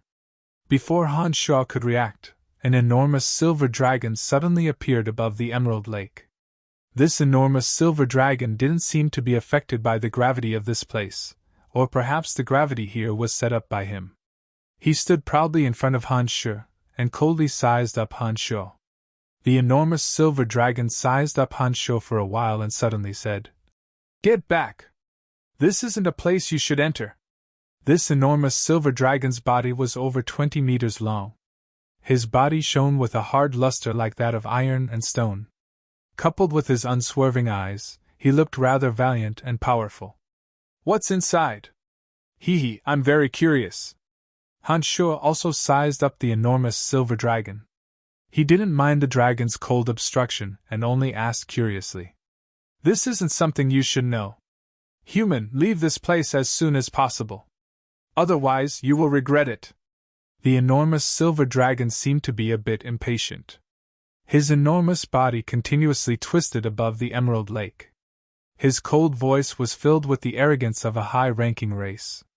The dragon race had always been very arrogant. They believed that they were the noblest race. Other than that, humans, elves, orcs, and other races were all treated as inferior races. This arrogance had existed since ancient times. Just like how the forest troll liked to be greedy and the dark elves liked to be lascivious, it was deeply ingrained in their subconscious. However, Han Sho clearly wasn't afraid of him. At this level, Han Sho's strength far surpassed that of most enormous dragons. Han Sho chuckled as he looked at the arrogant enormous silver dragon. His eyes narrowed into slits as he said with some toughness, "What if I insist on going in? Then I'll throw you out right now." The enormous silver dragon snorted coldly. The arrogance unique to the dragon race spat out from his fist-sized nostrils. His enormous body twisted a bit. In this area where the gravity was tens of times stronger, a hurricane suddenly appeared out of nowhere. In the blink of an eye, it appeared next to Han Sho. The hurricane's power pulled at Han Sho and forcefully flung him out. In this area where the gravity was tens of times stronger, normal people would find it difficult to walk. Seeing that Han Sho could fly above the Emerald Lake, he naturally thought that Han Sho was a magician using levitation. With his many years of experience guarding this place, the more a magician used levitation to fly, the harder it would be for them to resist the suction of the hurricane. The enormous silver dragon coldly sized up Han Sho. In his eyes, Han Sho was like a puppet that could be manipulated by the hurricane. When the hurricane formed, he seemed to have already seen the scene of Han Sho being flung out of the Emerald Lake and falling back into the spiderweb magic formation. "Hee, do you really think that you can do whatever you want after laying down this gravity barrier?" Han Sho disdainfully looked at the enormous silver dragon. When the hurricane arrived, his entire body shone with a black light, as if his body had turned into a thick cocoon. Whoosh whoosh! The hurricane enveloped Han Sho, and a huge pulling force suddenly attacked his body. However, contrary to the expectations of the enormous silver dragon, Han Sho did not fall. He was not affected by the hurricane at all. "Good, you really are not an ordinary human," the enormous silver dragon praised. With a twist of his body, his long tail suddenly swept over. The hurricane was useless. The enormous silver dragon clearly saw Han Sho as an opponent worthy of his attention. This time, he began to use the tyrannical strength of the dragon race to stop Han Sho. "Good!" Han Sho laughed. He stood there unmoving like a mountain. Suddenly, he extended his hands and made a strange hand seal. Suddenly, a surging force that could topple mountains and overturn the seas exploded from between Han Sho's hands. It took the form of a towering stone pillar, and fiercely bombarded the enormous silver dragon's tail. The enormous silver dragon's body was also famous for its tyrannical strength. Even a 1,000-year-old tree would be cut in half by the swing of its tail. But Han Sho only needed to make a hand seal before a huge force rushed out. Before the dragon's tail could reach Han Sho, the enormous force from Han Sho's palms had already landed solidly on the enormous silver dragon's tail. The enormous silver dragon felt as if his tail had lashed a towering mountain. Not only was it unable to shake the mountain, but his tail was burning with pain. Once Han Sho made a move, he would always seize the opportunity to not give his opponent a chance to counterattack. His body, under the high-speed circulation of demonic yuan, suddenly sped up. Before the enormous silver dragon could react from the pain of his tail, he suddenly discovered that the human had unknowingly appeared on his enormous body. Boom! A punch landed directly on the enormous silver dragon's body. That terrifying force surged again, and his enormous body actually seemed to be unable to withstand it. Too powerful. Was this really a human? The enormous silver dragon was greatly shocked. He didn't dare to stay any longer. Taking advantage of the moment when Han Sho's punch was delayed, he suddenly fled deeper into the lake, no longer daring to clamor at Han Sho. Han Sho didn't stop him. He calmly followed behind the enormous silver dragon, heading deeper into the lake. He had just crossed Lake Shui when the gravitational pull suddenly disappeared. Everything returned to normal. Han Shuo extended his consciousness, and was suddenly overwhelmed with shock. He looked at the scene in front of him with a grave expression. A spectacle had appeared in the sky directly in front of Han Shuo. Bolts of lightning were motionless in the sky. At a glance, the clear sky seemed to have been forcibly torn into pieces by these static bolts of lightning. Amidst the crackling sounds, faint clouds of smoke floated in the sky.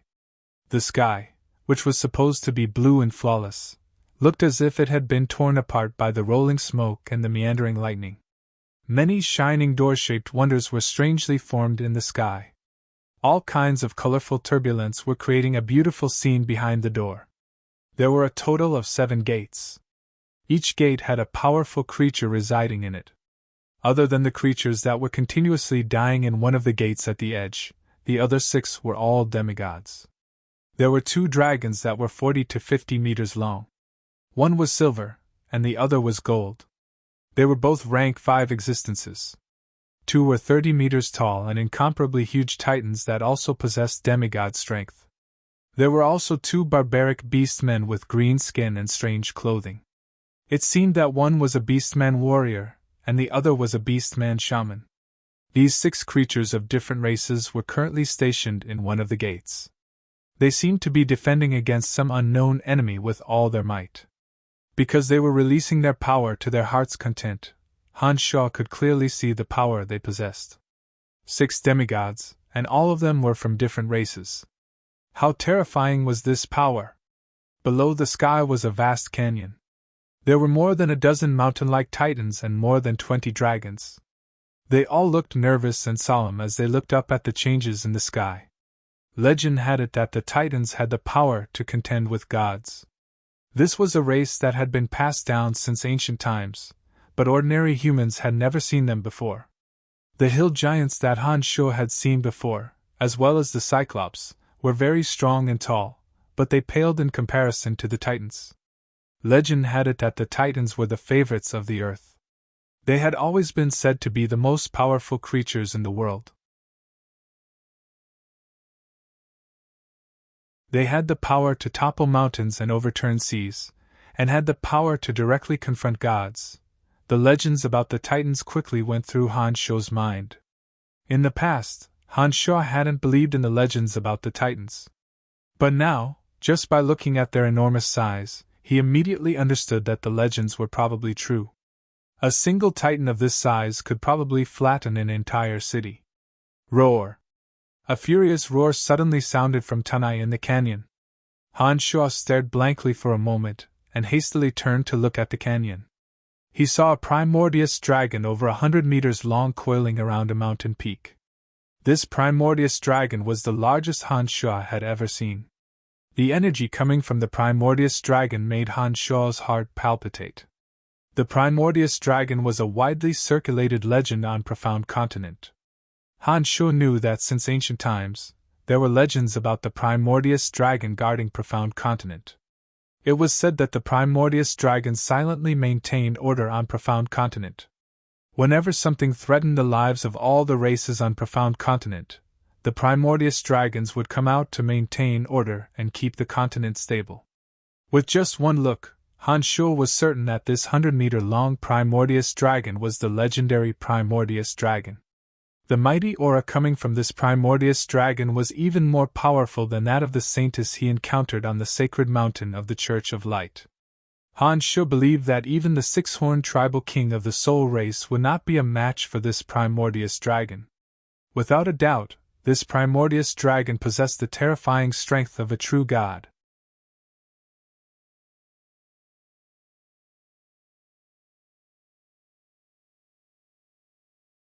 Chapter 512. The primordious dragon coiled on top of the mountain peak stretched his neck towards the sky and breathed out beams of blazing dragon breath.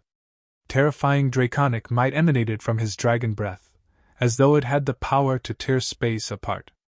Under the primordious dragon's breath, the 7 dazzling door-shaped wonders in the sky seemed to be firmly suppressed by this power. They constantly transformed and seemed to be slowly healing up. 6 of the 7 door-shaped wonders in the sky were guarded by demigod creatures. They seemed to be doing their utmost to resist the invasion of some ferocious creature. Han Shuo could see from their backs that they were resisting with all their might. There was only one door at the edge that didn't have a demigod of the same level guarding it. There was a rank 4 golden dragon standing guard inside.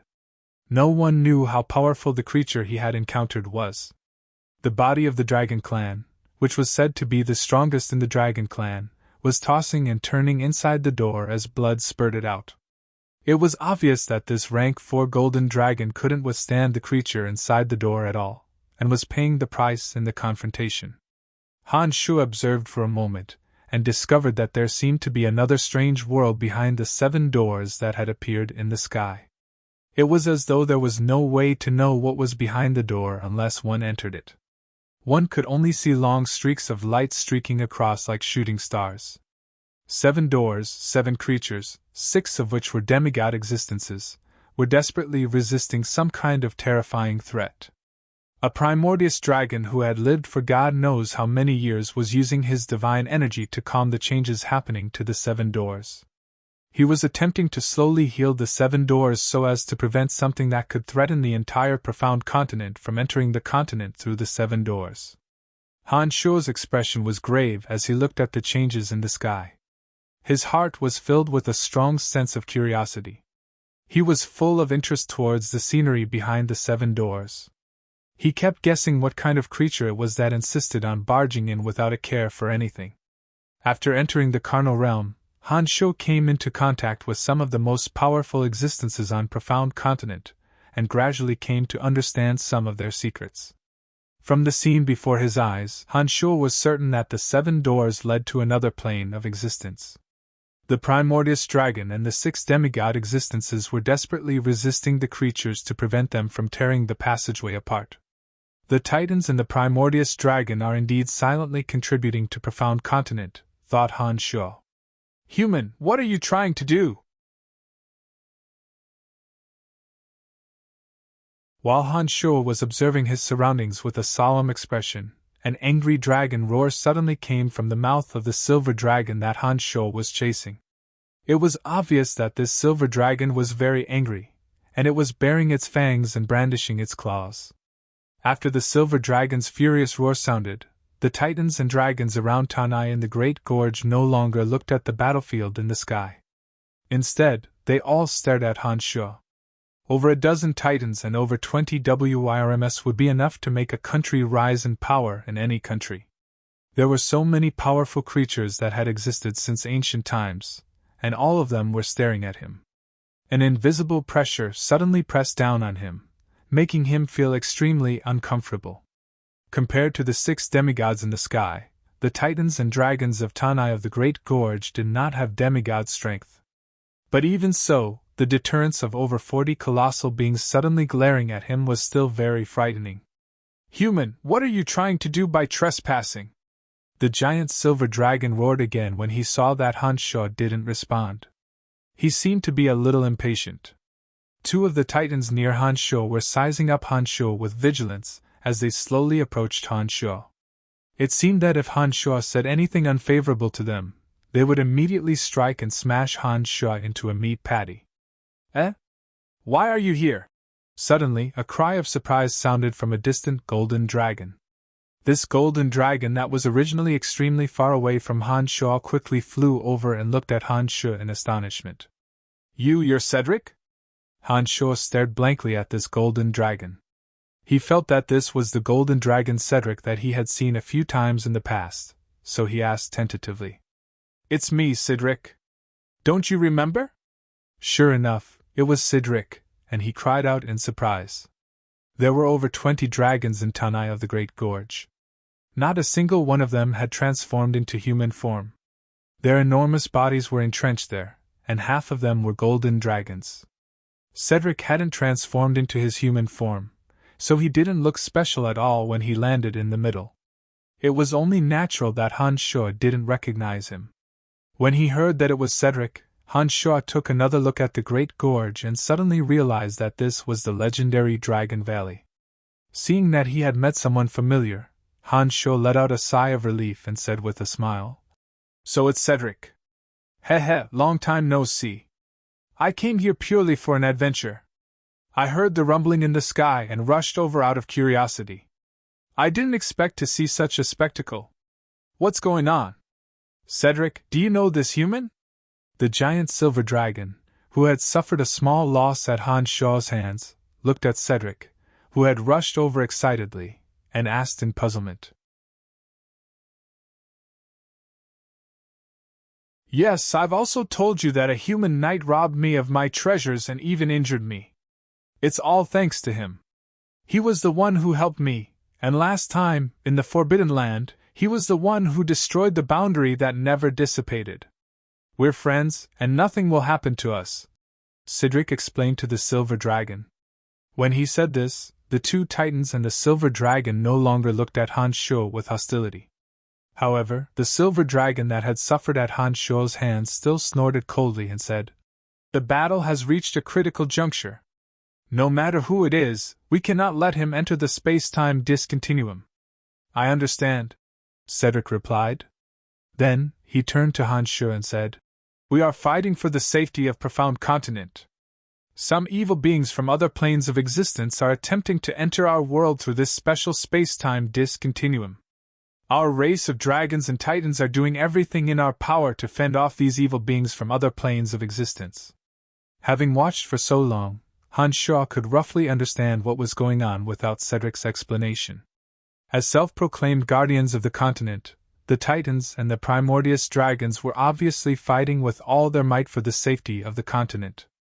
Han Sho didn't even need to look closely to feel the danger of the battle. All those Titans and Dragons had grave expressions on their faces. Most of them even had solemn expressions in their eyes. This was a clear indication of the cruelty of the battle.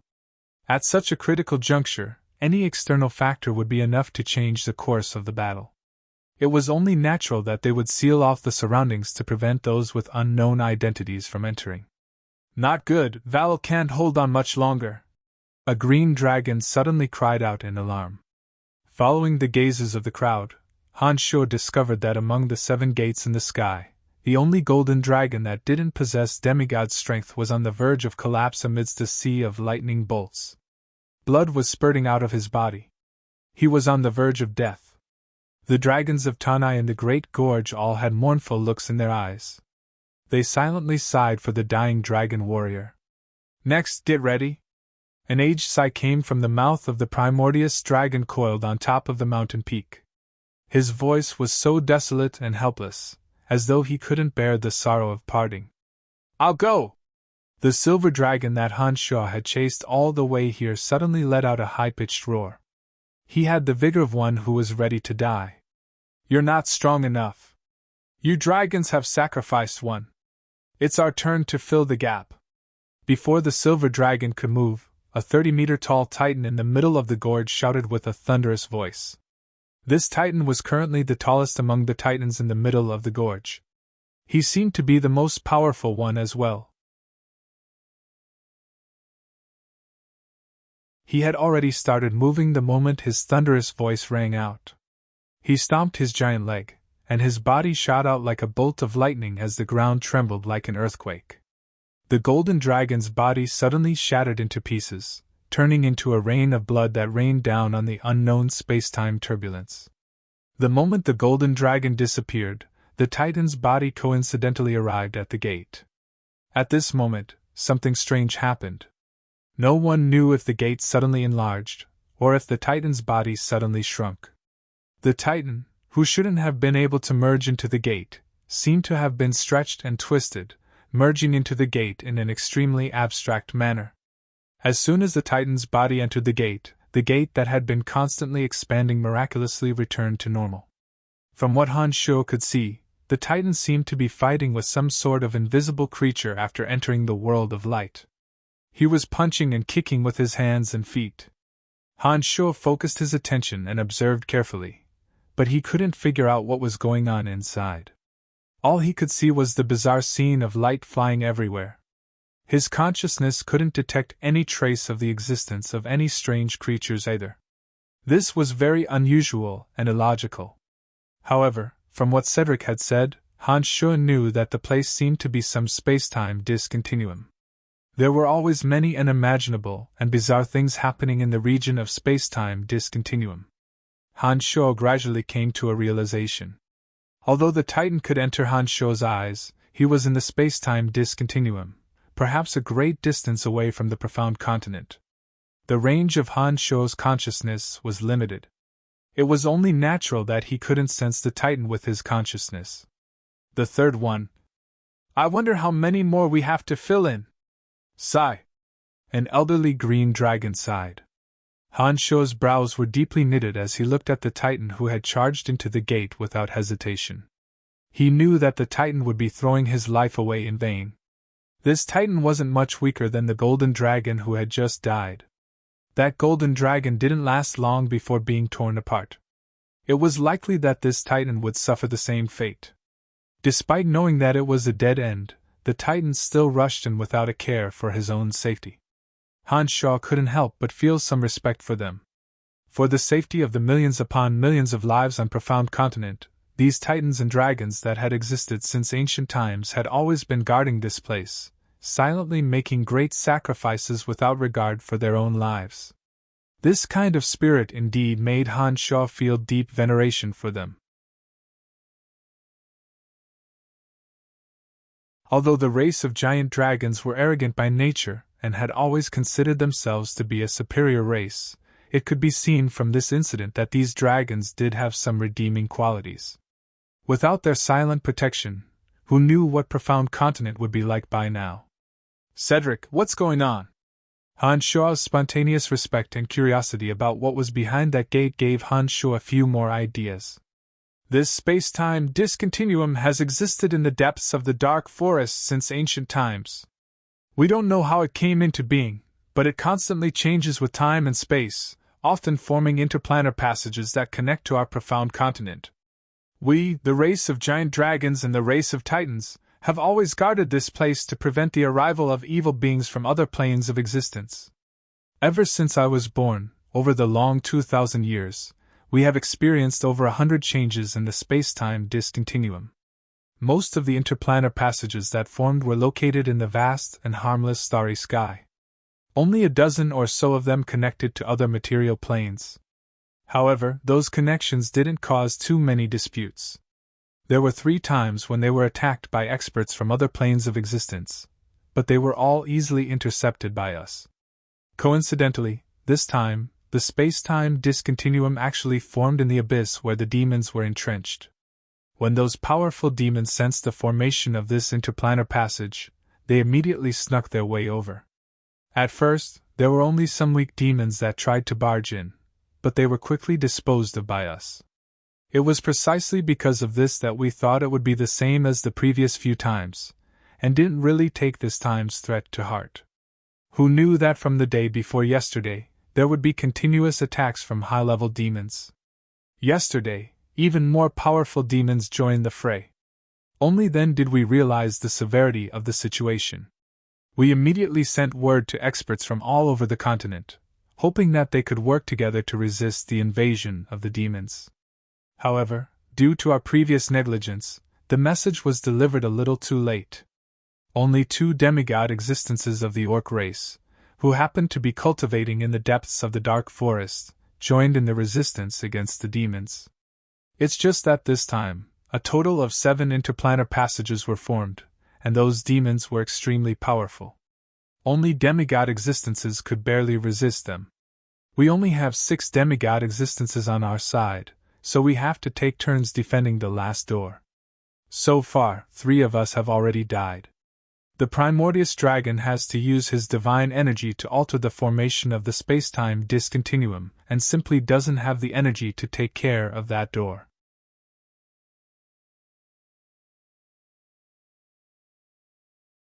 Furthermore, due to the special formation of each interplanar passage, we can only send 1 creature to defend it. If this goes on, who knows how many people we will have to sacrifice to quell the invasion of the demons this time. Let's not even talk about quelling it. It's already a problem whether or not we can withstand it. Look, even the 6 demigod existences are showing signs of fatigue. If the primordious dragon can't change the direction of the space-time discontinuum or seal it in a short period of time, I'm afraid that this time, Profound Continent will have to face a destructive attack from the demons of the abyss. The giant silver dragon that had previously exchanged blows with Han Shuo shook his enormous head and appeared very pessimistic. Rumble. A thunderous rumble came from the dimensional passageway that had just entered the Titan giant's dimension. Inside the interplanar passage, multicolored rays of light shot out like the most gorgeous fireworks. There was a soul-stirring beauty to it. However, the Titan that had just charged into the interplanar passage seemed to have been caught unprepared.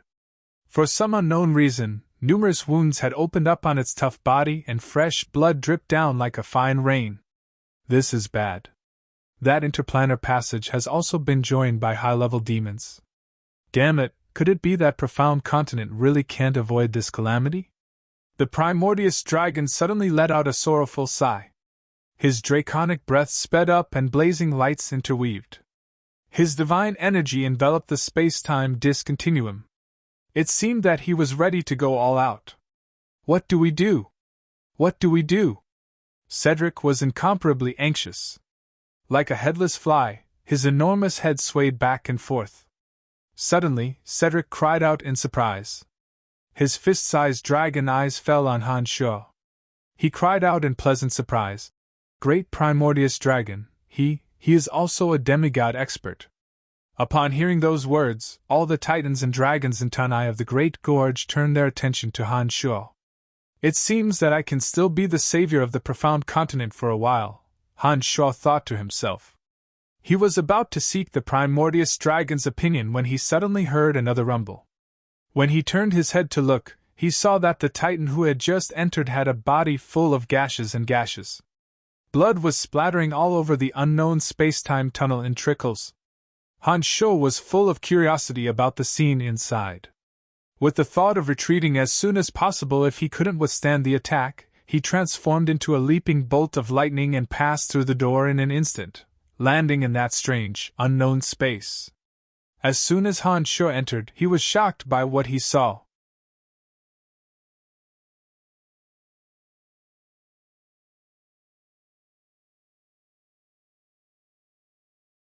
Chapter 513. At a glance, all he saw were strange creatures that he had never seen before. These creatures filled the entire gray space, each bearing their fangs and brandishing their claws as they ferociously pounced over. These abyssal demons varied in size. The tall ones were more than 10 meters tall, and the short ones were only the size of a palm. They were of all colors, and each one was ferocious and terrifying. Their mouths were filled with fangs, and there was a foul stench flowing out of them. Some abyssal demons not only had a foul stench coming out of their mouths, but their bodies also flowed with thick pus. They were just like the aliens in the sci-fi movies that Han Shuo had seen before. They were ugly, ferocious, and disgusting, causing people to instinctively loathe them, wishing they could wipe them all out. In front of Han Shuo was an abyssal demon that was more than 10 meters tall. It looked like a giant sarcoma, and its ugly body was not only overflowing with pus, but it was also swelling as if there were small abyssal demons inside its body that were about to break free at any time. It only had one huge green eye that was filled with a cruel and bloodthirsty desire. These small abyssal demons were the size of beetles, but they emitted corrosive smoke. They swarmed toward Han Shuo by the hundreds. They squeaked, and their small and sharp teeth were grinding like saws. They were like a group of poisonous locusts, and just looking at them made one's scalp tingle. This was a strange space that Han Shuo couldn't imagine.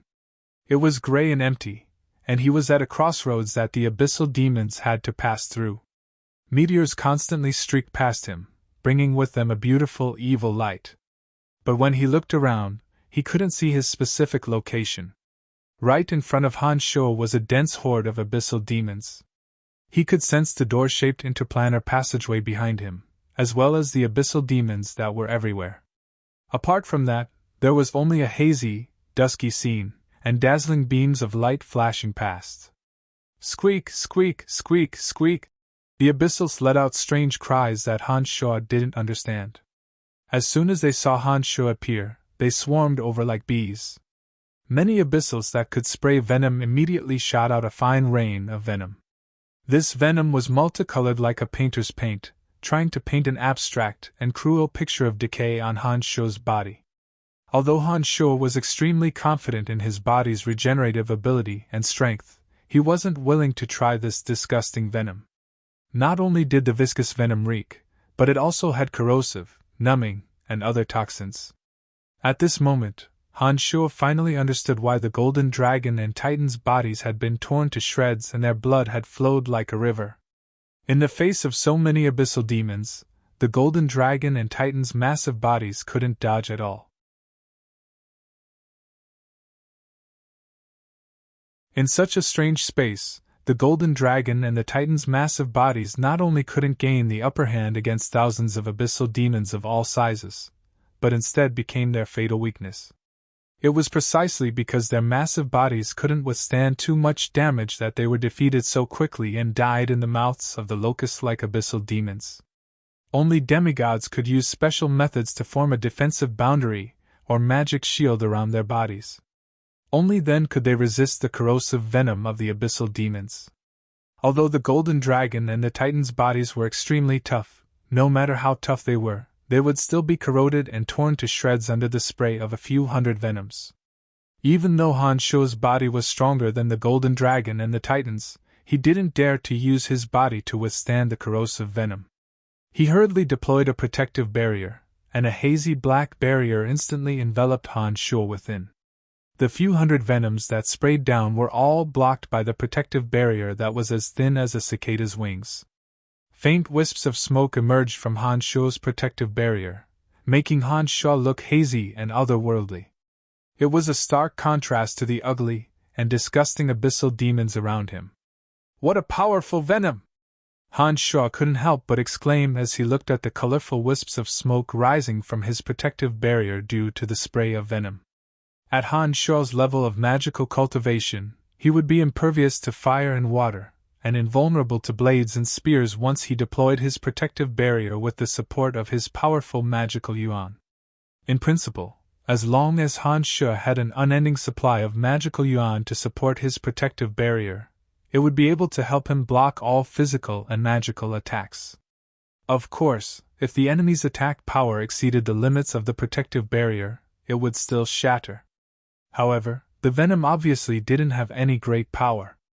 Logically speaking, a protective barrier formed purely from magical yuan through a special secret method should have a perfect defense against this kind of venom. However, the appearance of the wisps of multicolored smoke indicated that the strange corrosive power of the venom was also effective against this special form of protective shield. Han Sho could clearly feel that when the venom came into contact with his protective shield, the rate at which his magical yuan was being drained was noticeably faster as the faint smoke rose from the shield. Squeak, squeak, squeak, squeak. The abyssal demons seemed to be somewhat astonished as well. After a concentrated spurt of venom, they suddenly collectively stopped and began to communicate with Han Sho using a method that he couldn't understand. After finishing off the Golden Dragon and the Titan, they cruelly and greedily prepared to break through the interplanar passageway in front of them. However, they suddenly discovered another hateful obstacle. When they saw that this obstacle was small in size, they thought that they could eliminate it in an instant. They didn't expect that their venom, which had always been successful in every endeavor, would actually be blocked. The abyssal demons that had stopped, under the command of the abyssal demon in front of Han Sho that was covered in pus like a giant sarcoma, they once again crazily swarmed towards Han Sho. This time, not only did they continue to spray venom, they even bared their eerie fangs without hesitation. It was obvious that they were prepared to use this primitive method to bite through Han Sho's protective barrier. A bunch of crazy and barbaric creatures. If they were allowed to come to Profound Continent, perhaps all the races on Profound Continent would become their food.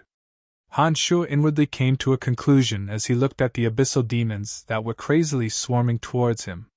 The skeletal staff suddenly fell into Han Sho's hand.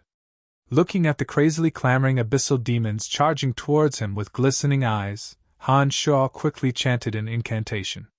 First, rows of bone spears pierced through the air. Then, the signature boundary of fear and boundary of weakness of necromancers suddenly enveloped the entire space. As long as there were living beings in the material world, they would never be able to escape the fate of death. Even the cruel and ferocious abyssal demons were no exception. As long as there was death, there would be the element of death in the material world. Therefore, necromancy magic, an attack method that evolved from the element of death, could still display the power it should have. It had to be said that the skeletal staff was truly a miraculous weapon. Using the skeletal staff to release necromancy magic, the power of an ordinary necromancy magic spell could be doubled. It was also thanks to the skeletal staff that the boundaries of fear and weakness could envelop all the abyssal demons. Under the effects of the boundaries of fear and weakness, all the abyssal demons were affected. Not only did their frenzied swarming towards Han Sho suddenly slow down, their hearts were also filled with fear of Han Sho. Traces of timidity appeared in their cruel and bloodthirsty eyes. The densely packed bone spears whizzed through the air, piercing through the bodies of some of the weaker abyssal demons. Green, red, grayish-white, and brown blood spurted out from their bodies. Some of the larger abyssal demons were even covered in bone spears, emitting blood-curdling screeches that made one's scalp numb. Rows of bone spears shot out horizontally like a fine rain, forcibly intercepting hundreds and thousands of abyssal demons. Taking advantage of this gap, Han Sho once again chanted a necromancy incantation, preparing to summon a large army of undead creatures to help him out. However, when the necromancy incantation fell, not a single one of the undead creatures that should have landed in front of Han Sho appeared. Han Sho was stunned. At first, he thought that he had made a mistake in chanting the incantation in a hurry, so he chanted again, the skeletal staff also swaying accurately. Still, not a single undead creature appeared. This time, Han Sho's heart skipped a beat. He immediately used the connection he had with the little skull to try and contact the little skull. Surprisingly, he actually couldn't feel any traces of the little skull's existence, and was unable to determine the location of the necromancy world. Could it be that necromancy creatures couldn't be summoned in this place? With this question in mind, Han Sho couldn't help but carefully size up his surroundings. What entered Han Sho's eyes were streaks of dazzling meteors streaking across the sky, and a vast, dusky scene. What he was stepping on wasn't solid ground, but white mist. On Profound Continent, this white mist definitely wouldn't be able to bear any weight. However, when Han Sho stepped on the white mist, he was able to feel it to the touch. In front of Han Sho, a dense horde of abyssal demons blocked his line of sight. Behind him, there was an interplanar passageway leading to the Profound Continent. Apart from that, there was only an empty, dusky scene around him, as though he was situated in a vast and boundless universe. It seemed that this area was also affected by the space-time discontinuum. Time and space were in complete disarray, making it impossible to form precise planar coordinates. Therefore, he couldn't use necromancy magic to communicate with the netherworld, and naturally couldn't summon creatures from the netherworld to this unknown space where time and space were in chaos. After sizing up his surroundings, Han Sho immediately came to this conclusion. Looking ahead, the thousands upon thousands of abyssal demons, although somewhat timid and sluggish under the effects of the boundary of fear and weakness, after adapting for a while, they actually advanced at a much slower pace than before, unswervingly charging towards Han Sho. Humph! Han Sho wasn't discouraged. Even if necromancy magic couldn't be used, he still had the true barrier of demonic arts. Unlike necromancy magic, which required the element of death, all the energy of Han Sho's demonic arts was contained within his body. No matter which plane Han Sho went to, no matter if that plane had the aura of death or not, the demonic arts that existed within his body would never be affected in the slightest. It was also at this moment that Han Sho rejoiced at how correct his initial decision had been. He'd always firmly treated magical yuan as the foundation of his life preservation training. Otherwise, he would have suffered greatly in this place, unable to summon enormous numbers of undead creatures. If he only relied on necromancy magic as a single method of attack, he would have suffered greatly this time. "Come on, you disgusting and filthy abyssal creatures!" Not caring if these abyssal demons could understand him, Han Shuo smiled wickedly and slowly took out the blood seether from his space ring. With a wave of his hand, the blood seether flew out gracefully. As soon as the blood seether appeared, a thick mist of blood was released from it. An evil and strange power was slowly released from the blood mist of the blood seether. Wherever the blood seether passed, the bodies of all the abyssal demons that were enveloped by the blood mist suddenly swelled up, and their originally sluggish speed became even slower. The blood seether was a demonic weapon of slaughter that Han Shuo had spent a great deal of effort to refine. As long as a creature had blood in their bodies, they would be within the range of the blood seether's attack. Although these abyssal demons had blood of different colors compared to ordinary creatures, they were still within the range of the blood seether's attack. Wherever the blood seether passed, the flow and speed of the blood in the abyssal demons' bodies would suddenly change drastically. At a glance, the blood actually looked like long earthworms wriggling on their bodies, making their already sinister and disgusting appearances look even more ugly. The bloodthirst banner changed the flow and speed of their blood. As they spun at high speeds, their bones emitted popping sounds. When the blood in their bodies spun at an astonishing speed, some of the abyssal demons couldn't withstand it anymore, and their bodies exploded. After the first abyssal demon exploded, more and more abyssal demons couldn't bear the effects of the blood seether's power. Their bodies swelled up and finally burst open, spraying multicolored blood everywhere. All the abyssal demons that were enveloped by the blood mist gradually exploded due to the high-speed rotation of their blood. Seeing the outstanding achievements of the blood seether, Han Shuo couldn't help but consider whether he should refine more of this special demonic weapon. It had to be said that the destructive power of this special demonic weapon was very satisfying to Han Shuo.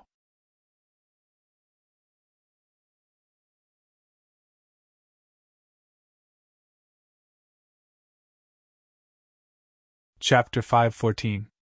As soon as the blood seether appeared, the hundreds of abyss demons that were enveloped by the bloody mist exploded one after another. Even the abyssal demon that seemed to be the leader and looked like a tumor couldn't withstand the blood seether's influence, and exploded.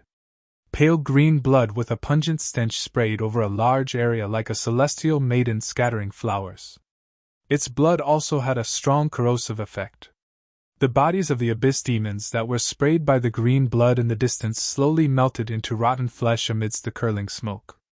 Dozens of abyss demons of all shapes and sizes didn't manage to escape, all of them dying under the corrosion of its blood. As expected of the leader. Even in death, he wanted to drag some down with him. Han Shuo thought viciously as he continued to control the blood seether, making it fly towards the more densely packed abyss demons in the distance. It was obvious that these cruel and bloodthirsty abyss demons knew fear in the face of the blood seether's atrocious actions. The abyssal demons that didn't fear death actually quietly retreated in coordination as the blood seether pushed them forward. With the blood seether leading the way, a wide empty space suddenly appeared in front of Han Shuo. What surprised Han Shuo was that the corpses of the abyss demons that had died under the blood seether didn't seem to be able to stand on the white clouds and sank as if they were drowning. He didn't know what kind of tragic scene lay beneath the strange white clouds. From the moment Han Shuo entered this strange space, he noticed that the corpses of the golden dragon and titan that had died here didn't exist above the white clouds. Han Shuo had originally thought that they had been divided and eaten by the abyss demons, but now it seemed that they had probably fallen below the clouds after shattering. This really was a strange space. Space and time were in chaos. Strange scenes appeared one after another, and some strange things that didn't make sense kept happening here, constantly challenging Han Shuo's common sense. It made Han Shuo increasingly believe that this area really didn't belong to any material plane. Behind him, the interplanar passageway door suddenly expanded like a monster that had been inflated with air. Specks of multicolored light were projected to the center of the door from an unknown source. The light and shadows overlapped and formed a magnificent spectacle of a deep starry sky in Han Shuo's eyes. In front of him, as the blood seether advanced, there were still hundreds of abyss demons retreating in fear. The dancing blood-seether became the most terrifying abyss black hole in the eyes of the abyss demons, as if it had the evil power to devour all life. Thump thump, thump thump, a muffled sound suddenly came from behind the retreating abyssal demons. This muffled sound grew louder and louder, like the tolling of a death knell.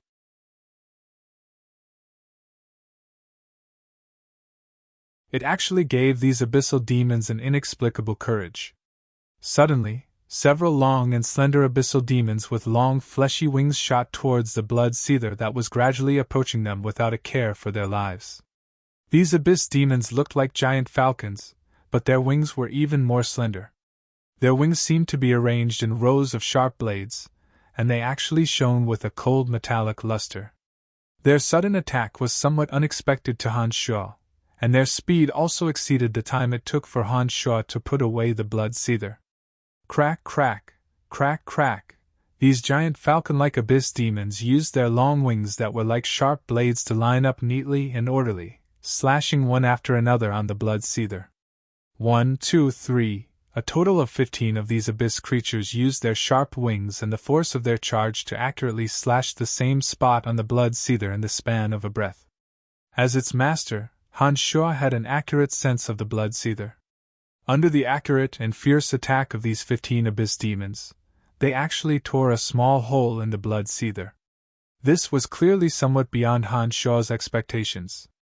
After the first wave of attacks, these abyss creatures flew in a circle, and once again aimed at the blood-seether. At this time, because they had just come into contact with the blood mist that lingered around the blood-seether, the blood in their bodies was affected by the blood-seether and had already begun to boil violently. Due to the boiling blood in their bodies, the originally neat and tidy formation became somewhat crooked. However, their bodies still resolutely charged towards the bloodthirst gonfalon. It was obvious that they had the determination to completely tear the bloodthirst gonfalon apart even if their bodies and bones were crushed. Any creature could release some unimaginable power once they put their lives on the line. Even a weak human could be very frightening if they went crazy without fear of death, let alone these already fierce and powerful abyss creatures. Seeing that the second wave of attacks was about to fall on the blood-seether, as its master, Han Shuo no longer dared to hesitate. He hurriedly used the demonic mantra on the blood-seether, causing the constantly advancing blood-seether to fly back to Han Shuo in an elegant and light manner like a nimble swallow. It wasn't easy to refine the blood-seether.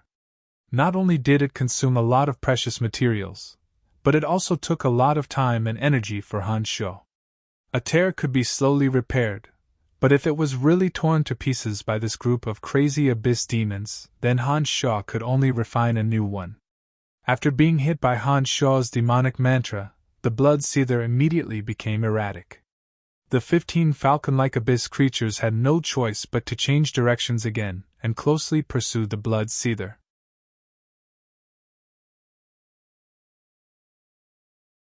However, under the control of Han Shuo's demonic mantra, the trajectory of the blood-seether back to Han Shuo was extremely abstract, and the 15 abyss creatures could no longer successfully attack the blood-seether.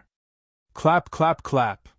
Their boiling blood finally couldn't withstand the effects of the bloodlust gonfalon's power, and they exploded one after another in front of Han Shuo. More than half of the fleshy wings that were as sharp as knives shot towards Han Shuo. He raised his hand and a sinister white bone shield bloomed amidst the dripping blood.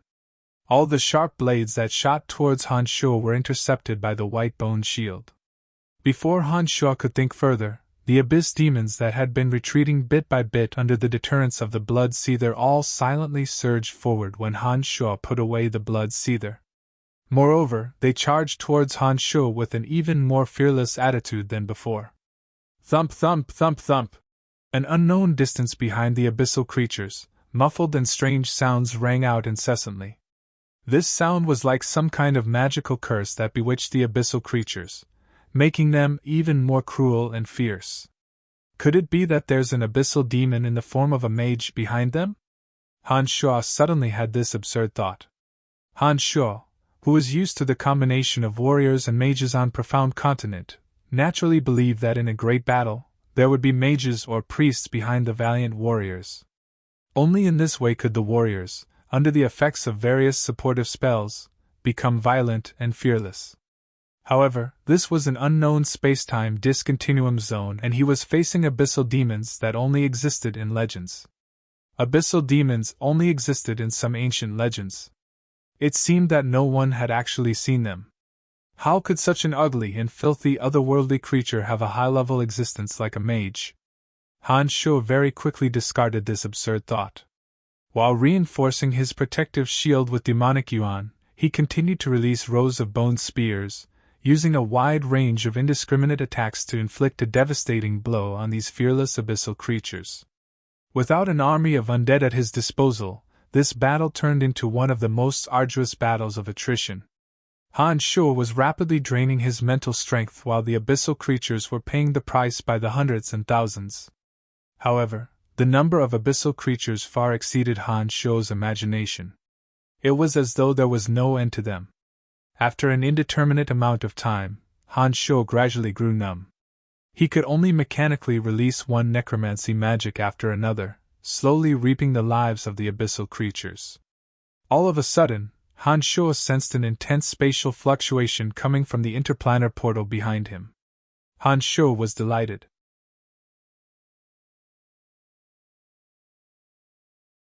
He took the time to turn his head around and saw that the interplanar passageway that had somehow formed was rapidly closing up. It's finally over. Damn it, I've become the savior of Profound Continent, Han Sho thought to himself. At this moment, Han Sho's mental strength had reached a point where it was completely drained. He was ready to continue using demonic arts to fend off those innumerable abyssal creatures. With the amplification effect of the skeletal staff, rows of bone spears shot out in front of Han Sho. Han Sho took advantage of this opportunity to turn around, preparing to pass through the constantly healing interplanar portal and return to that lovely Profound Continent. When Han Sho's body flew towards the interplanar passageway like a bolt of lightning, an irresistible force that could topple mountains and overturn seas surged towards him from the other end of the interplanar passageway. This unshakable force contained the dragon breath of the primordious dragon, and instantly blocked Han Sho's madly charging body. Not only did the unstoppable force forcibly block Han Sho's path towards the interplanar portal, a portion of it also surged into Han Sho's body. In an instant, Han Sho's tyrannical body, tempered by great willpower, was severely injured by this incredible force. Han Sho had finally witnessed the strength of a true god of the primordious dragon. No! Han Sho roared madly in disbelief, unwilling to accept this. He could never have imagined that he, who had risked his life to defend the Titans, the dragons, and all living beings on Profound Continent, would be treated so horribly. This was an intolerable and shameful betrayal. Even Han Sho, who was well aware of the viciousness of human hearts, could not believe that this was done by the primordious dragon. You are a necromancer of the Calamity Church. You are the fountainhead of evil. There is no place for you on Profound Continent. The evil abyssal world is your true home. I have already shown you mercy. A portion of the primordious dragon's consciousness landed on Han Sho's side from the distant Profound Continent. Han Sho, who was just about to reach the interplanar portal, took one last look at the portal and suddenly discovered two demigod existences of the Church of Light. Han Sho had once met these two demigod existences on the sacred mountain of the Church of Light. On the distant Profound Continent, these two demigod existences of the Church of Light were coldly looking at the interplanar portal that was constantly healing. They were wearing faint smiles on their faces as they chatted leisurely with the primordious dragon below. It was evident that the frenzied attack by the abyssal demons on Profound Continent had truly been pacified. Gradually, the interplanar portal closed up. The final scene of Profound Continent was forever fixed in Han Sho's mind.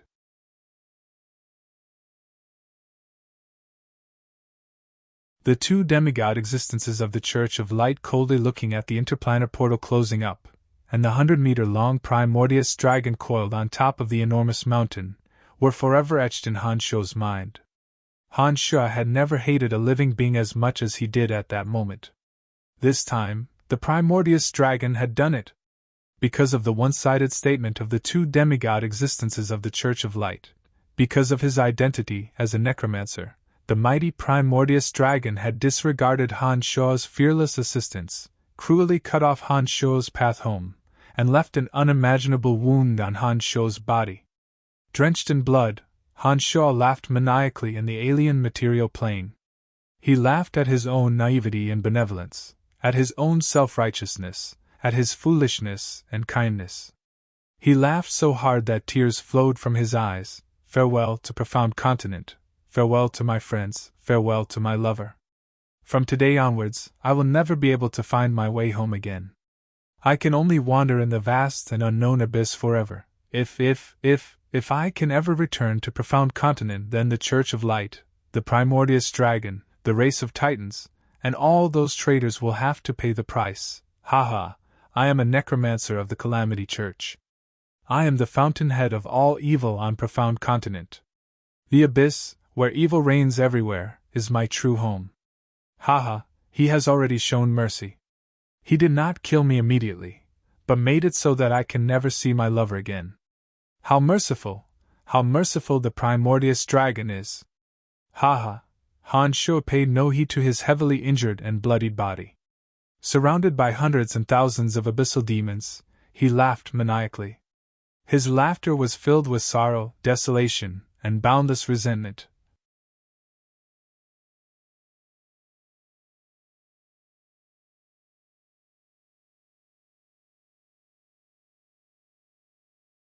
Chapter 5:15. However, the large number of abyssal demons clearly had no intention of letting Han Shuo go. Even if they saw the interplanar passageway closing up, they still wanted to kill the culprit who had killed so many of their companions.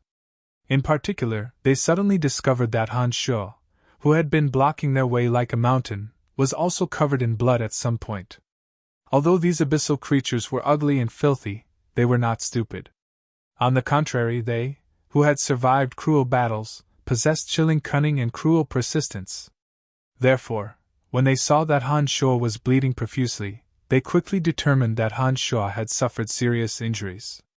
They did not know what kind of creature had injured the culprit, but they stubbornly planned to grind Han Shuo's bones and scatter his ashes.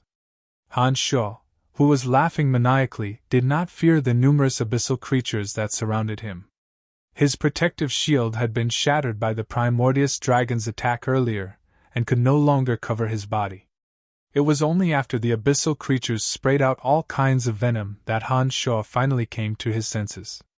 He stopped his endless resentment, and made use of the demonic yuan he still had in his body to once again deploy a dark and shiny protective shield.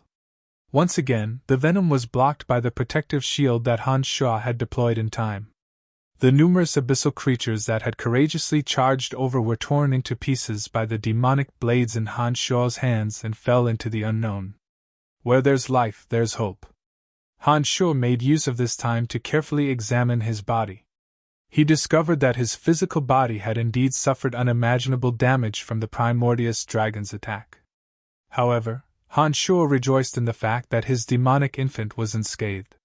For those who cultivated demonic arts, the consciousness was the most important, followed by the demon infant as the source of power. As long as these two areas were unhindered, no matter how much damage the physical body had suffered, it would not be fatal. Therefore, when Han Shuo discovered that the demon infant was unharmed, he finally heaved a sigh of relief. Most of his internal organs were shattered, and even his meridians and bones were partially damaged. Although the injuries were serious, they were not fatal. As long as Han Shuo was given time to recuperate, he would be as good as new. As long as he was alive, there would always be opportunities for revenge in the future. With nostalgia for his loved ones on profound continent, and bone-deep hatred for the primordious dragon and the Church of Light, Han Shuo resolutely attacked. He tore every abyssal demon that dared to approach him into pieces. Now that the interplanar passageway behind him had been sealed, Han Shuo had nothing to worry about. He used his demonic arts to stubbornly resist the attacks of the abyssal demons.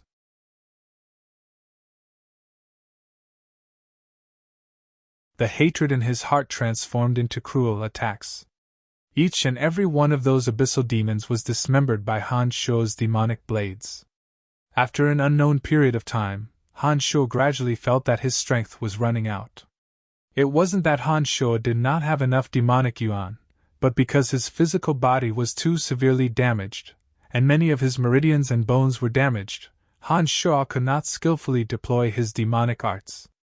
Even the power of the demonic blades was gradually weakening. Although the damage to his physical body wasn't fatal, it had obviously affected the performance of Han Shuo's normal strength. Many demonic arts relied on the flow of the meridians. Only when the meridians and bones were strong and sturdy could Han Shuo successfully deploy his demonic arts. Now that Han Shuo's meridians and bones were partially damaged, he couldn't deploy his demonic yuan to his heart's content. He had to think of a new strategy. In addition, staying in this area for a long time and facing the endless attacks of abyssal creatures was obviously not a solution. Han Shuo had no idea how many abyssal creatures there were. He really didn't know how long he could last alone with his damaged body. It looks like I'll have to turn this passive situation around if I have to fight my way out, Han Shuo thought to himself. As he continued to attack the abyssal creatures that dared to approach, Han Shuo sized up the situation around him. He finally fixed his gaze on the world behind the abyssal creatures. He felt that the world behind these abyssal creatures should be the exit for him to break through. Just as Han Shuo was planning to do so, he suddenly discovered that his surroundings started to change once more. Extremely violent spatial fluctuations suddenly appeared in this strange, dusky space. Bolts of lightning that resembled swimming dragons suddenly appeared out of thin air. In an instant, the space seemed to tremble, giving Han Shuo a very distinct feeling of collapse. Han Shuo stared blankly for a moment, then immediately reacted. Han Shuo, who had never experienced such a situation, had heard of such a situation. Han Shuo knew that this phenomenon was really due to the space being unable to withstand the pressure of the excessively enormous chaotic energies, and was about to collapse. Not good, I have to leave this place as soon as possible. Otherwise, once the space really collapses, no one will be able to escape. Even if one is lucky enough not to be crushed to pieces by the spatial rupture, one would have to survive in an even more unknown spatial fissure. If one were to really fall into a spatial fissure, it would be impossible to return to profound continent for the rest of their lives. Han Shuo turned pale with fright. He had already made up his mind to leave this place at all costs.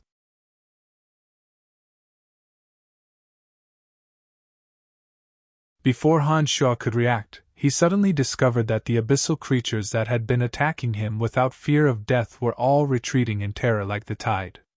They no longer cared about Han Shuo, the main culprit who had obstructed them for God knows how long.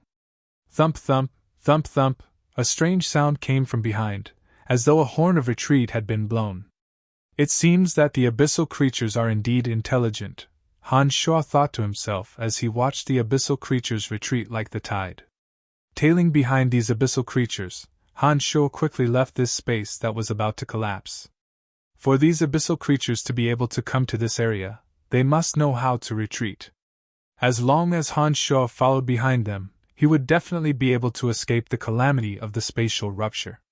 With this idea in mind, Han Shuo passed by the abyssal creatures and fled in the direction they had left. By this time, the abyssal creatures had clearly understood that the threat of the spatial rupture far outweighed that of Han Shuo. Even though Han Shuo was right beside them, they did not continue to fight with Han Shuo.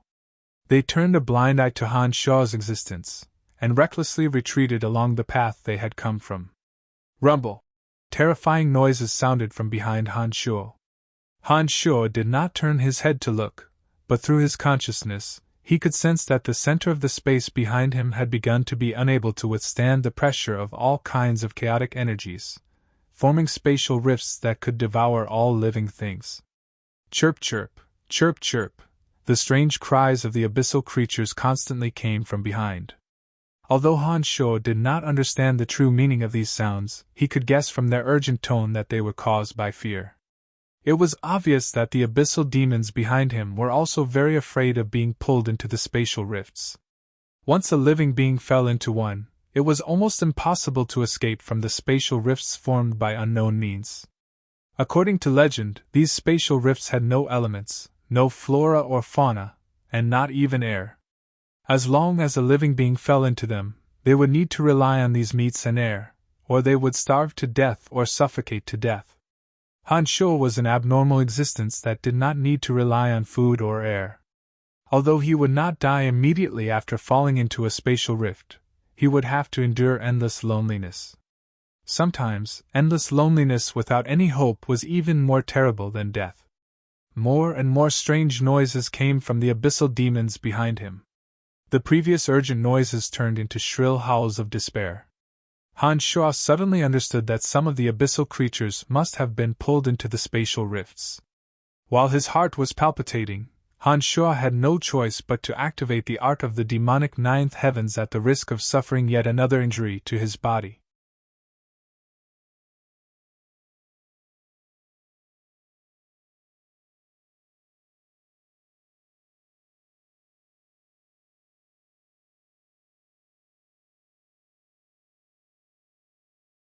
Chapter 516.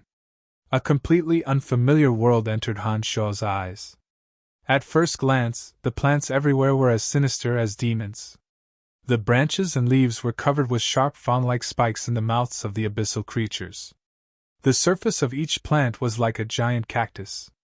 Instead of giving off a vibrant green aura, they gave off a bloodthirsty aura. The surface was grayish-brown, and some foul-smelling swamps were bubbling with large and small bubbles. When the bubbles burst, wisps of green smoke were emitted, forming a faint poisonous miasma that lingered in the air. Green and light, there was an indescribable beauty to it. There were no clouds in the sky, nor was there a sun or moon hanging high in the sky. There were only cyclones of various sizes and colors. In this world, the thin air was filled with the stench of decay. In the distance, there were violent and bloodthirsty owl-like howls. Han Sho was halfway up a mountain filled with abyssal creatures. Behind him was a dark cave that was more than 10 meters long and wide. The cave's entrance was lined with stone pillars as sharp as fangs. The entire cave looked like the ferocious mouth of a giant abyssal demon, full of a sinister and austere aura. Looking around, the entire mountain was filled with abyssal creatures of all shapes and sizes. Just like the time when Little Skull had released his divine might from the 10,000-meter peak of the netherworld, summoning all the undead within 100 kilometers to come and worship him, these abyssal creatures were all staring at the giant cave entrance behind Han Sho with cold and bloodthirsty eyes. A deafening roar came from the giant cave behind Han Sho. Han Sho turned his head to look behind him and carefully sensed for a moment. He discovered that the spatial fluctuations in this sinister cave were becoming more and more violent, and the entire mountain was trembling and swaying. Thump, thump, thump, thump! A strange sound suddenly came from the foot of the mountain. Han Sho's line of sight passed through the abyssal creatures that covered the mountains and plains, and finally found the source of the sound. He saw a 5 to 6 meter tall abyssal creature craning its neck and shouting. Its knees, elbows, and shoulders were covered with sharp hook-like spikes, and a colorful giant python coiled around its abdomen. There were 3 eyes on its triangular head. Han Sho took a closer look and found that the giant python coiled around its abdomen was connected to its body. It seemed that the colorful giant python was only the tail of its buttocks. This 3-eyed humanoid abyssal creature stretched its neck and shouted as it took the initiative to retreat. It should be the true backbone of these abyssal creatures all over the mountain. As it stretched its neck and shouted, the tens of thousands of abyssal creatures left on the mountain all followed it and fled the mountain.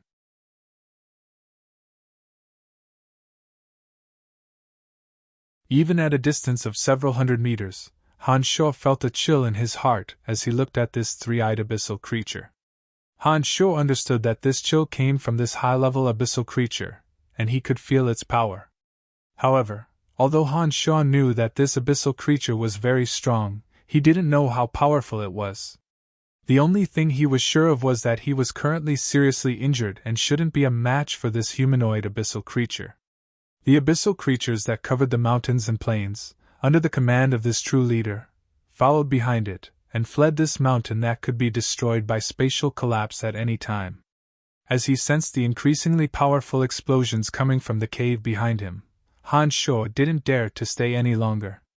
He also didn't have the confidence to chase after the humanoid abyssal creature.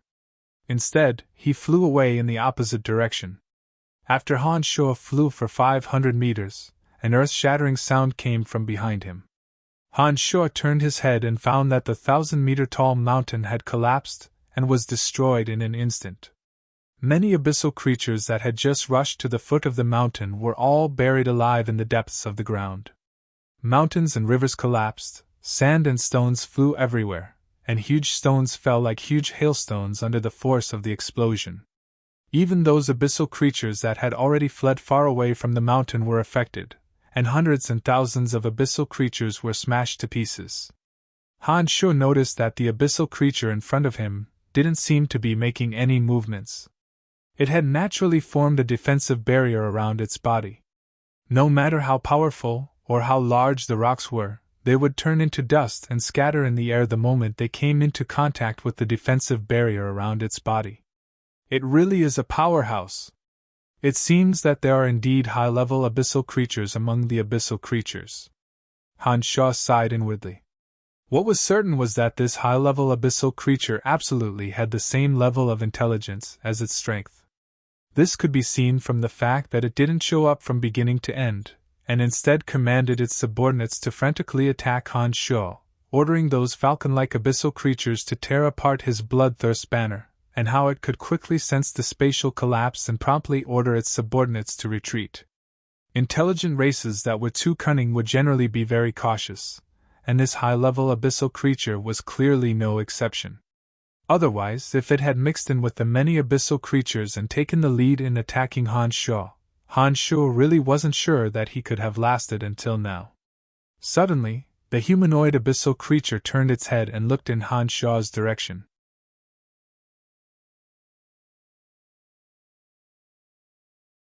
After the mountain between the two had collapsed, there wasn't much obstruction between Han Sho and it.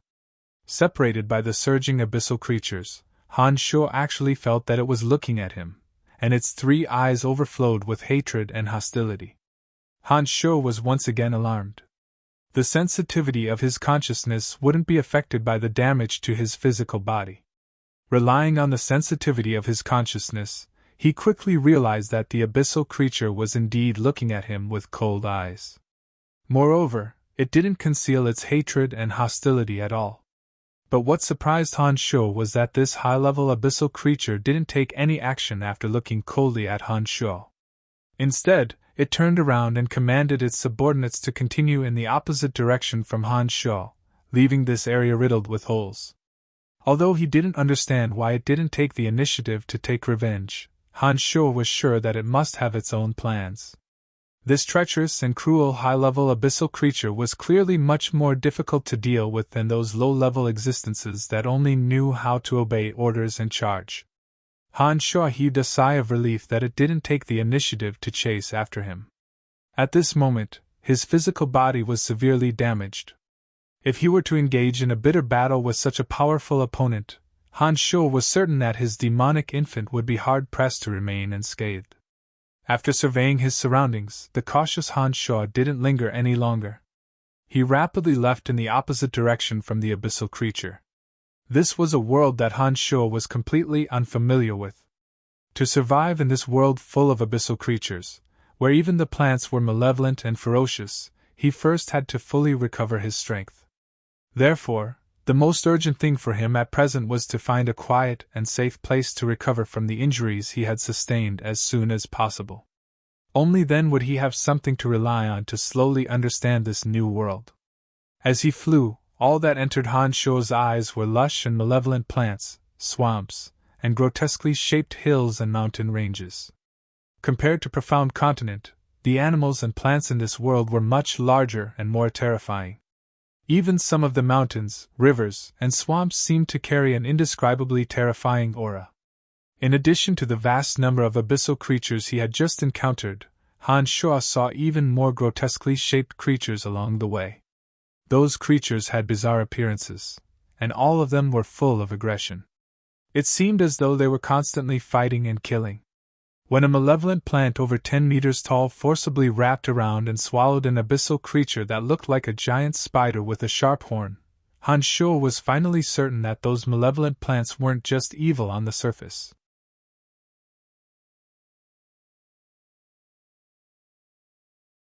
This was a world where the law of the jungle was played out to the extreme. In this world, fighting and killing took place every second. Any living creature, even plants, could go on a rampage and eat the living creatures and plants around them. Compared to this place, Profound Continent was simply a utopian, perfect, and peaceful world. If these abyssal creatures were allowed to come to Profound Continent, Han Shuo was certain that no race would be able to withstand their unimaginable savagery. Only an existence like Han Shuo, who had attained demigod strength, might be able to survive in such a cruel world. Han Shuo flew for a long time but still couldn't fly out of this area. Perhaps this world is just like this, he thought to himself. He then decided to find a place to recover from his injuries. A swamp with bubbling smoke came into Han Shuo's sight. This swamp was shrouded in a faint green miasma that covered a large area. Han Shuo deployed a protective shield around his body, isolating himself from the poisonous green miasma. His body slowly descended into the swamp, preparing to burrow into the swamp and open up a space to repair his body. Sigh. If only Earth Elite Zombie was here. He wouldn't even need to expend any effort to create a quiet, safe, and spacious space in the depths of this underground world, Han Shuo thought to himself. Suddenly, a light bulb went off in Han Shuo's head.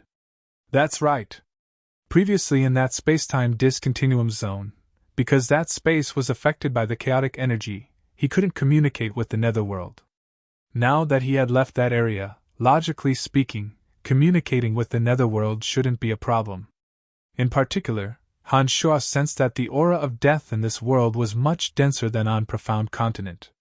In such a place, not only should it not be a problem to release necromancy magic, it should be even more powerful. With this doubt in mind, Han Shuo tried to communicate with the netherworld. Through the profound connection between him and Little Skull, Han Shuo immediately sensed the existence of Little Skull. "Father, what's wrong?" After a while, Little Skull unexpectedly asked in a puzzled voice. All along, when Han Shuo communicated with Little Skull on Profound Continent, as they were separated by many material planes, he could only roughly sense the existence of Little Skull. He couldn't directly communicate with them across two material planes. He didn't expect that after arriving in this foreign world, as soon as he sensed the existence of Little Skull, he would immediately receive a message from Little Skull. Perhaps it was because he was in this new world, or perhaps Little Skull's strength had reached a whole new realm. Han Shuo couldn't figure out the reason, but his heart was filled with sincere joy. To be able to sense the existence of Little Skull, at least in this foreign world, Han Shuo didn't have too much of the chilliness of walking alone.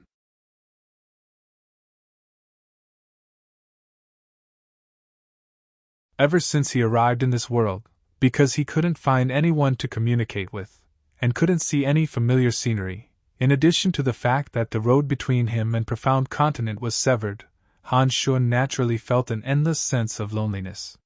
It was only when he heard the message from Little Skull that this terrifying sense of loneliness disappeared. "Father, where are you? Something's wrong. You're not on that continent?" Just as Han Shuo was truly delighted, Little Skull sent another message. This time, it was a little urgent.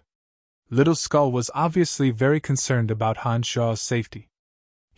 Because of a moment of carelessness, I arrived in a new material plane.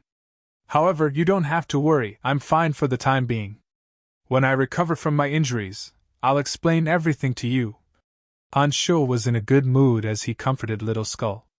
The next moment, Han Shuo suddenly sensed the monstrous wrath coming from Little Skull. This wrath came incomparably abruptly and violently, as though Little Skull was about to cross the infinite distance between material planes and arrive at Han Shuo's side, as though he was going to grind the bones and scatter the ashes of the enemies who dared to harm him. "Father, who hurt you?" In the netherworld, Little Skull became irascible. He suddenly stood up from the white-boned throne. An enormous aura emanated from his body. All the high-level undead creatures in the palace of the undead suddenly trembled.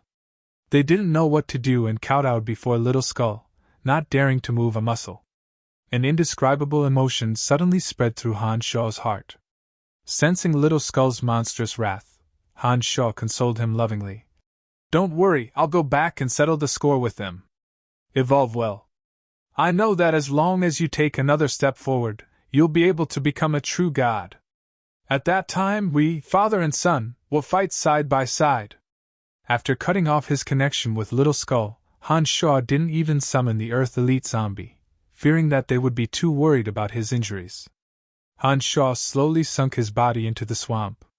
After passing through the swamp for another 100 meters, he dug out a hiding place and used demonic arts to repair his damaged body.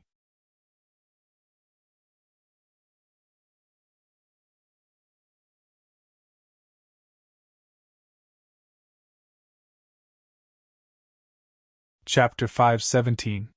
There was no concept of time in the sunless depths of the underground. Han Shaw stayed in that area, silently repairing his damaged meridians and bones. When Han Shaw calmed his heart and put all his energy into doing one thing, it was always easy to indulge in it. After an unknown amount of time, Han Shaw gradually woke up. He opened his eyes and used his consciousness to inspect his body. He discovered that the meridians, bones, and internal organs that had been damaged in the last battle had all recovered to their original state. With a thought, the magical yuan flowed through his body like a raging river. There was no longer any sluggishness. It was so carefree that Han Shaw couldn't help but exclaim softly. Han Shaw understood that the damaged injuries on his body had all recovered and would no longer affect the use of his magical yuan. With his injuries completely healed and his connection with the netherworld established, Han Shaw didn't have to worry about his own safety anymore. Even if he ran into that three-eyed abyssal creature now, Han Shaw wouldn't have to worry about fighting it to his heart's content. When he thought of this three-eyed abyssal creature, Han Shaw suddenly had a strange guess. Could this three-eyed abyssal creature be related to the three-eyed evil god Ansidezi?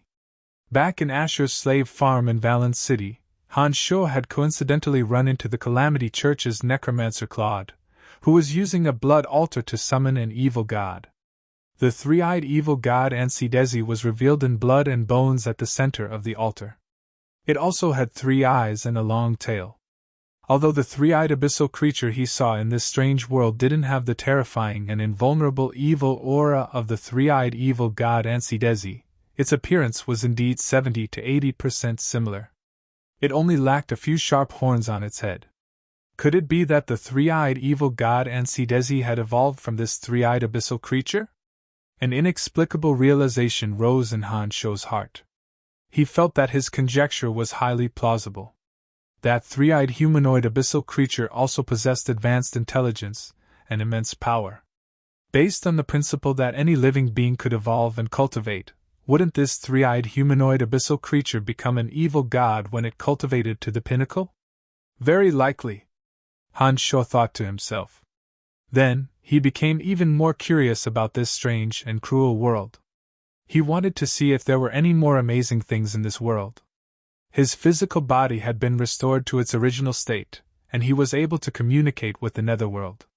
Han Shaw no longer needed to hide in such an underground area. With a thought, Han Shaw's body burst out of the ground. He activated his protective shield and squeezed himself out of the swamp. Han Shaw unfolded his spirit sense and took in all kinds of cruel creatures in his surroundings.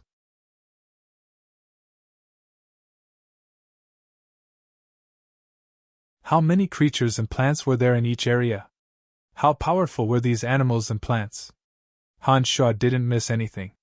Not only did Han Shaw not feel lonely in this strange world, but he also felt a sense of lofty aspiration. During the period of restoring his physical body, Han Shaw didn't stop thinking about certain things. Previously, Han Shaw had obtained some memories from the skeletal staff. He understood that the skeletal staff seemed to contain some secrets. Once all the secrets within the skeletal staff were unraveled, not only would Han Shaw's soul be able to traverse to the netherworld, but even his physical body would be able to directly reach the netherworld. With how miraculous the skeletal staff was, perhaps there was a way to directly return to the profound continent. After all, the enormous magical transportation matrix at the center of the cemetery of death was very miraculous. Han Sho really did harbor some unrealistic fantasies. In addition, the ancient Lizard King had once said that the profound continent had a planar guardian, and that he could use the transportation matrix to leave the profound continent. In that case, could there also be a so-called planar guardian in this world that could be used to return to the profound continent? When Han Sho calmed his heart and thought about these questions, he discovered that what seemed like a dead end actually had many opportunities to turn things around. With hope came motivation to struggle. Han Sho unfolded his consciousness and took in the creatures around him, preparing to first understand this unfamiliar environment. Without staying in this area for too long, Han Sho flew in the direction of the three-eyed abyssal creature from last time, preparing to start with it. If he wanted to understand this world as quickly as possible, the most direct way was to find a high-level race that he could communicate with. With his consciousness at the realm that Han Sho was at, as long as he found a high-level creature, Han Sho believed that he would definitely be able to find a way to communicate with it. The scenery that never changed reappeared beneath Han Sho's feet. He didn't know how long he had flown, but all he could see were malevolent plants and unceasing cruel massacres. Han Sho hadn't encountered any high-level beings like the three-eyed abyssal creature, nor could he find any powerful abyssal creature to communicate with. However, Han Sho firmly believed that he would be able to find his target. Therefore, he kept flying in one direction without changing direction. In this abyss realm where there was no alternation of day and night, Han Sho couldn't be sure of the time. He only felt that he had been flying for 3 or 4 days. It had to be said that this abyss realm was truly vast and boundless. At Han Sho's high speed, he could have circled around a country on profound continent in 3 or 4 days.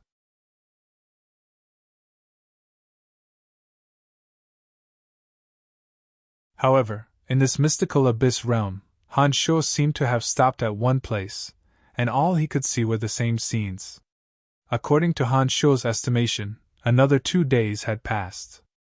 Just as he was about to lose hope, his consciousness finally sensed 2 powerful presences. Han Sho was delighted and hastily flew in the direction of the 2 powerful presences. Before Han Sho could approach, a terrifying tremor that blotted out the sky and covered the earth was generated from the direction of the 2 powerful presences. Along with the violent tremor, all the living beings in the vicinity were torn to shreds and pulverized by the violent impact. Some abyssal creatures of all shapes and sizes had long escaped from the place of trouble. Even the abyssal plants that should have been stationary in Han Sho's eyes were actually moving slowly. This made Han Sho suspect that their roots deep in the ground were in the shape of legs. However, it was obvious that as plants, they weren't as fast as the abyssal creatures. Their speed of escape often couldn't keep up with the aftershock of the shockwaves. One after another, they were pulverized and broken by the shockwaves. The plant roots even sprayed out a thick blood-like liquid. What a bizarre material plane, Han Sho sighed in his heart. He did not stop for the scene he saw on the way, but continued rushing towards the area where the huge commotion was coming from. By this time, Han Sho already knew that the 2 powerful creatures inside were engaged in a great battle. Based on the senses of Han Sho's consciousness, he determined that the strength of the 2 powerful creatures inside wasn't as great as that human-shaped 3-eyed abyssal creature he had encountered some time ago. They seemed to be a little stronger than the so-called sacred grade experts on Profound Continent, but they were no match for demigod experts. In other words, even if the 2 creatures inside joined forces, Han Sho would be able to deal with them with ease. It was precisely because of this confidence that Han Sho could approach without any misgivings. He planned to find a high-level abyssal creature and asked him about the situation in this world. When Han Sho finally arrived at the area where the 2 high-level abyssal creatures were fighting, he was stunned by the scene he saw. How were these 2 enormous, malevolent, and filthy abyssal creatures? They were simply 2 dainty, beautiful young ladies. However, Han Sho soon discovered that these 2 young ladies were by no means human. Although their skin was fair and tender, their bodies were wrapped in malevolent armor covered with spikes. Han Sho took a closer look and immediately discovered that those malevolent armors were connected to their bodies, as though they had grown out of their bodies. In particular, the sharp spikes protruding from their smooth shoulders and elbows were very obvious, as though they had indeed grown out of their delicate flesh.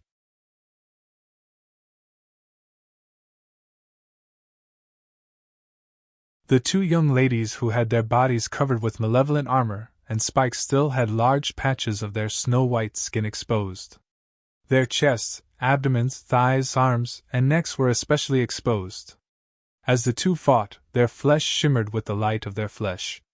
From a distance, the two young ladies revealed a bit of seductiveness amidst their ferocity. One of them had dark purple eyes, the other a pale green. Their hair and eyes were of the same color, and they were both about 1.7 meters tall. Their thighs were slender and straight, and they had enchanting curves that could make one spurt blood. The two young ladies, who weren't human, also had very unique close-quarters combat methods. Often, they would extend their tender little hands, and suddenly, a cold and sinister bayonet would blossom in their palms. Their elbows and knees, which were covered with spikes, were their main means of attack. They seemed calm and collected, but every time they collided, they would explode with violent power. The surroundings of the two ladies were a complete mess. Dead plants and abyssal creatures that couldn't escape in time were scattered all over the ground. What surprised Han Shuo the most was the power of their attacks. The source of their power was somewhat similar to fighting aura, and seemed to contain elemental energy. It was like the rare demon swordsman on the profound continent who fused magic with fighting aura. However, there were some differences, and Han Shuo couldn't tell exactly what the differences were. In short, everything was very different from Han Shuo's understanding. After arriving, Han Shuo secretly probed the two young ladies. His heart was filled with interest, and he became even more curious about this unfamiliar world. From the appearance of the two young ladies, Han Shuo was certain that there were indeed high-level creatures in this abyss realm. Perhaps these high-level creatures were extremely powerful. The more powerful they were, the more Han Shuo believed that he could find the way home from this place. All of a sudden, Han Shuo, who was silently observing the two young ladies, discovered that they were simultaneously staring at him with unfriendly gazes. In the next moment, the two young ladies suddenly stopped fighting and charged at Han Shuo at lightning speed. Their attacks also took shape, as though they wanted to behead the peeping Han Shuo on the spot. It was obvious that Han Shuo wasn't afraid of the two young ladies joining forces. Although he felt rather baffled, Han Shuo didn't hesitate. He raised his hands, and the demonic blades shot out explosively. The blades had the same effect as the blades that suddenly shot out from the palms of the two young ladies. Of the two young ladies of the higher races of the Abyss realm, one of them carried the element of lightning, while the other carried the element of fire.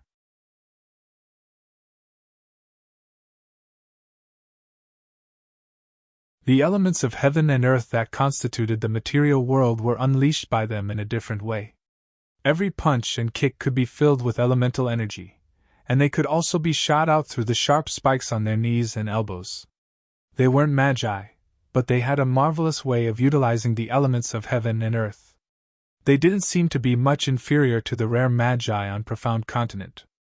In addition, the elements were more concentrated, and every time they attacked, they would suddenly erupt with greater power. Compared to the magi on Profound Continent, their attacks didn't cover as large an area. The destructive power they could inflict on a small area was even more frightening than a forbidden magic that covered a large area. Every magus on Profound Continent paid particular attention to a concentrated area of effect when casting magic. However, they were obviously different. They seemed to place more emphasis on instantaneous explosive power, condensing it into a single point to form the most frightening power, causing terrifying destruction to an extremely small area. After fighting for just a short while, Han Shuo had become very familiar with the two young ladies' attack styles. Compared to the magi on Profound Continent who manipulated the elements, the two attacking styles of the two worlds couldn't be said to be superior. The only difference was that they focused on different aspects, and utilized the elements of heaven and earth in different ways. One focused their attacks, with extremely terrifying destructive power in a small area, while the other dispersed their attacks, capable of causing widespread destruction in a large area. One directly stored elemental energy within the body like fighting aura, while the other used incantations and mental strength to manipulate the elemental energy. There were obvious differences between the two, but ultimately, they both utilized the elemental energy that constituted the material world. They obviously had a completely different way of utilizing elemental energy from magi because the internal structure of their bodies was different from that of humans. In a way that Han Shaw couldn't understand, they hid the elemental energy within their bodies, and when they attacked, they would suddenly erupt the elemental energy like fighting aura. This greatly amazed Han Shaw. The two alien ladies unreasonably treated Han Shaw as an enemy. One of them attacked with interweaving lightning and the other with blazing flames. Although they possessed extremely terrifying destructive power, they still couldn't pose a real threat to Han Shaw, who possessed demigod strength. From the beginning to the end, Han Shaw didn't panic in the slightest. He used the demonic blades to block their joint attacks. Han Shaw didn't retaliate, and only defended passively.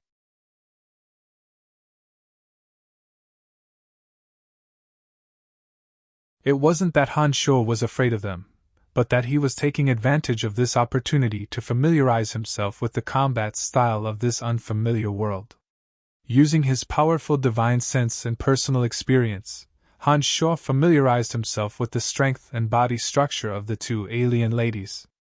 Only then did he truly begin to face the two girls who were attacking him in a frenzy. No longer passively defending, Han Shaw's demonic blades suddenly glowed with an evil light. His two hands spun violently, and streaks of evil and cold energy erupted from the demonic blades. The two alien ladies who had been fighting previously, but now attacked Han Shaw at the same time with great rapport. They immediately sensed the evil energy coming from Han Shaw's demonic blades. The two girls had been attacking Han Shaw for so long that they could tell that Han Shaw hadn't exerted his full strength. Now that they saw Han Shaw's sudden attack and his ferocious appearance, they were obviously startled and took the initiative to retreat a distance. They blinked their eyes and sized up Han Shaw. "Who are you people? Where is this place? Is there a planar guardian in this world?"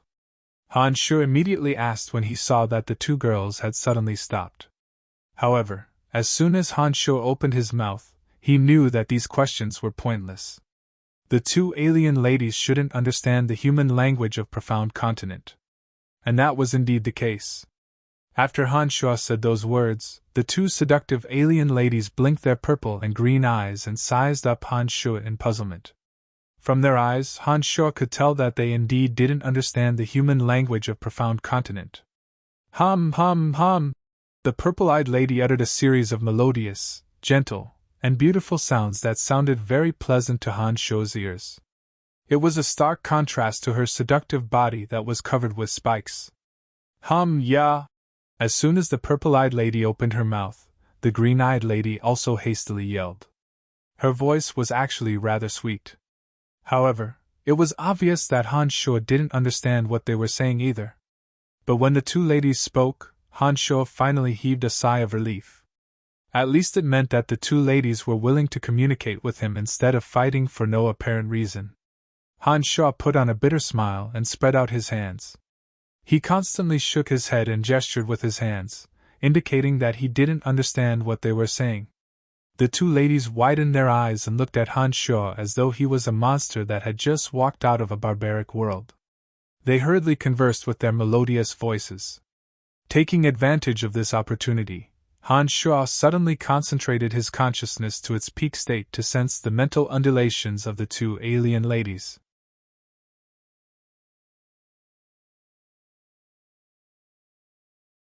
He tried to link their mental undulations with their voices, and stealthily extracted memories related to language from their souls. The consciousness had many wonderful uses. This method of using it to steal a small portion of someone else's memory wasn't a particularly difficult thing to do. Other than necromancers who were proficient in using soul energy, there were existences even more powerful than Han Shaw. Otherwise, it would be very difficult for an average person to stop Han Shaw's wonderful use of the consciousness.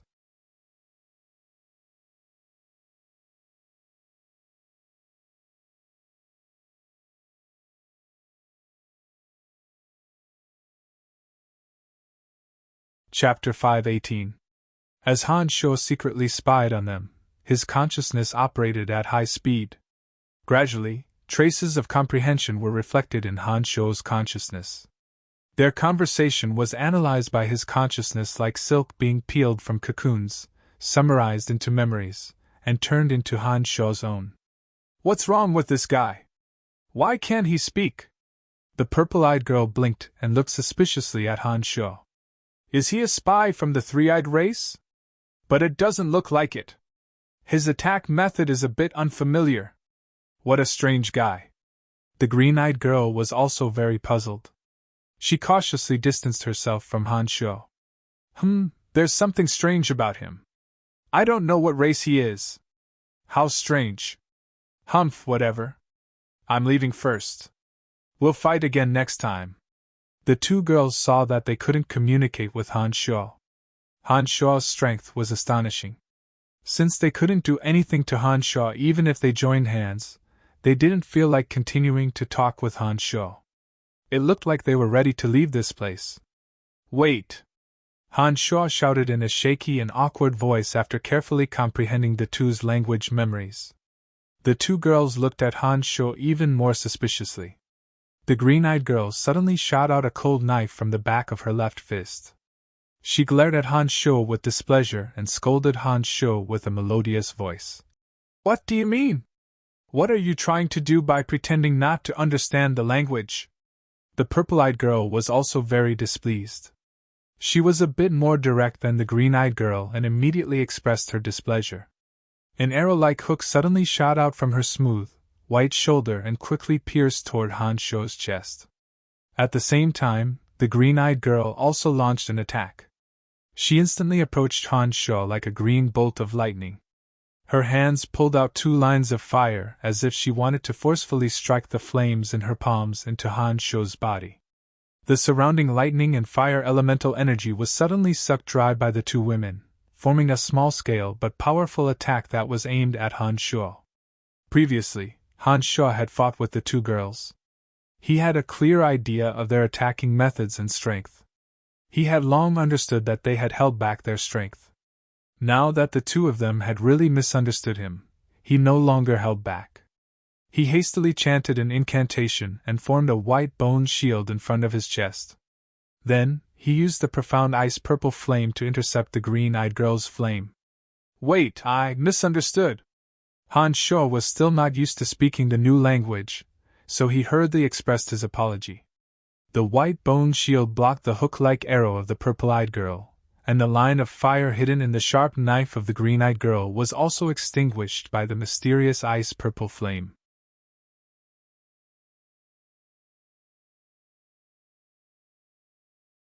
The purple-eyed girl, who was about to release the thunder and lightning attack, heard that Han Sho did not forget to explain at this time.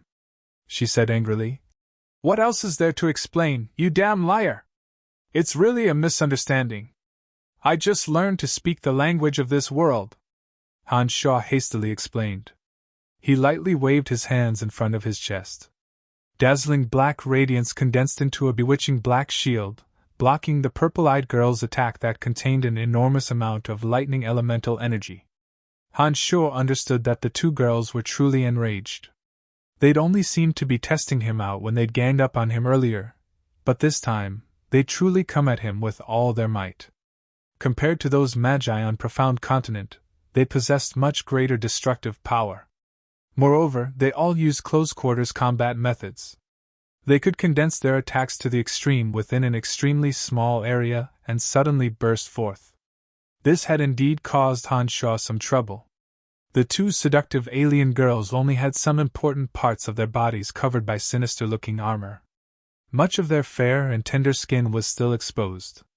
Attacking at such close range, their voluptuous breasts trembled violently, and their slender legs inevitably made some contact with Han Sho when their knees struck him.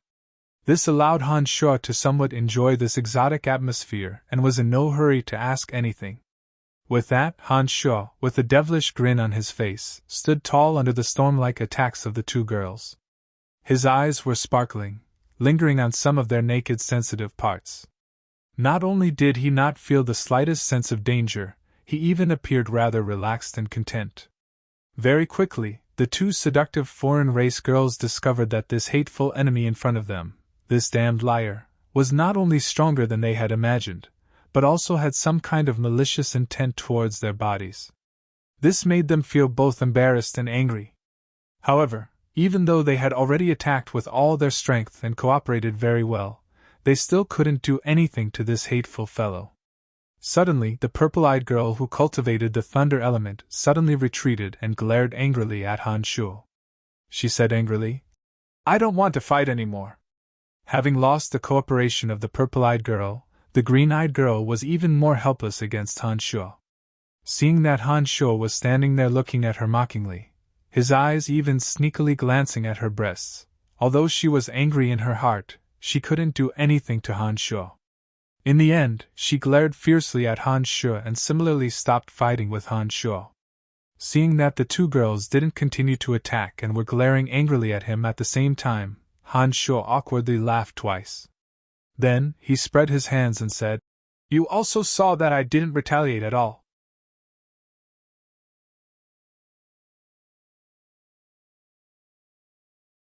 I really don't have any evil intentions. You didn't retaliate, but your shifty eyes are full of filthy malice. The green-eyed girl glared hatefully at Han Shuo, unabashedly exposing Han Shuo's previous immoral behavior. "How can you blame me? Who told you to wear so little? I'm a normal man, and you've always been floating in front of me. I'd be a fool not to look," Han Shuo explained very innocently. After saying these words, his originally somewhat jerky speech gradually became proficient. Pfft. The purple-eyed girl laughed softly and looked at Han Shuo with interest. She said in a sweet voice, "Your speech is quite interesting. But why did you lie to us first? Your excuse was very clumsy. You actually said that you just learned to speak our language. Speak, who are you? What evil intentions do you have by peeking at our battle?" The green-eyed girl was still very unfriendly. She probably held a grudge against Han Shuo's lecherous gaze earlier. "I've always lived in a remote and uninhabited region. I've only left my hometown this time. The language of my hometown is a little different from yours. After listening for a while, I gradually came to understand. I didn't mean to deceive you." Han Shuo was extra cautious and did not reveal the fact that he came from an alien material plane. A few days ago in the space-time discontinuum, Han Shuo had met the three-eyed abyssal creature in human form. Han Shuo believed that the abyssal creature would definitely remember his appearance. It might even release the news that Han Shuo had sabotaged their invasion of Profound Continent. To avoid becoming a street rat, Han Shuo first had to carefully conceal his identity and figure out this world. "I see. From your appearance, you should be from a high-level race. There are some ancient races in the Abyss realm that like to hide in remote and uninhabited regions. However, you are still a very hateful person." Although the purple-eyed girl's attitude was a little better and she nodded, her speech was still not polite. It was obvious that she held a grudge against Han Shuo. The purple-eyed and green-eyed girls didn't quite believe Han Shuo's words. Han Shuo could see the wariness and dissatisfaction in their eyes, especially the green-eyed girl. She was even glaring at Han Shuo in an unfriendly manner. These two girls were two high-level races that Han Shuo had gone to great lengths to meet. He had to communicate with them through some special methods. The first thing he had to do was to dispel their wariness and make them less hostile towards him. Han Shuo thought to himself. He sized up the two girls and considered what methods he could use to get on good terms with them. Suddenly, Han Shuo noticed the jewelry worn on the necks and wrists of the two seductive girls. Those jewelry were either some polished stones that were relatively smooth and bright, or some strangely shaped bone ornaments.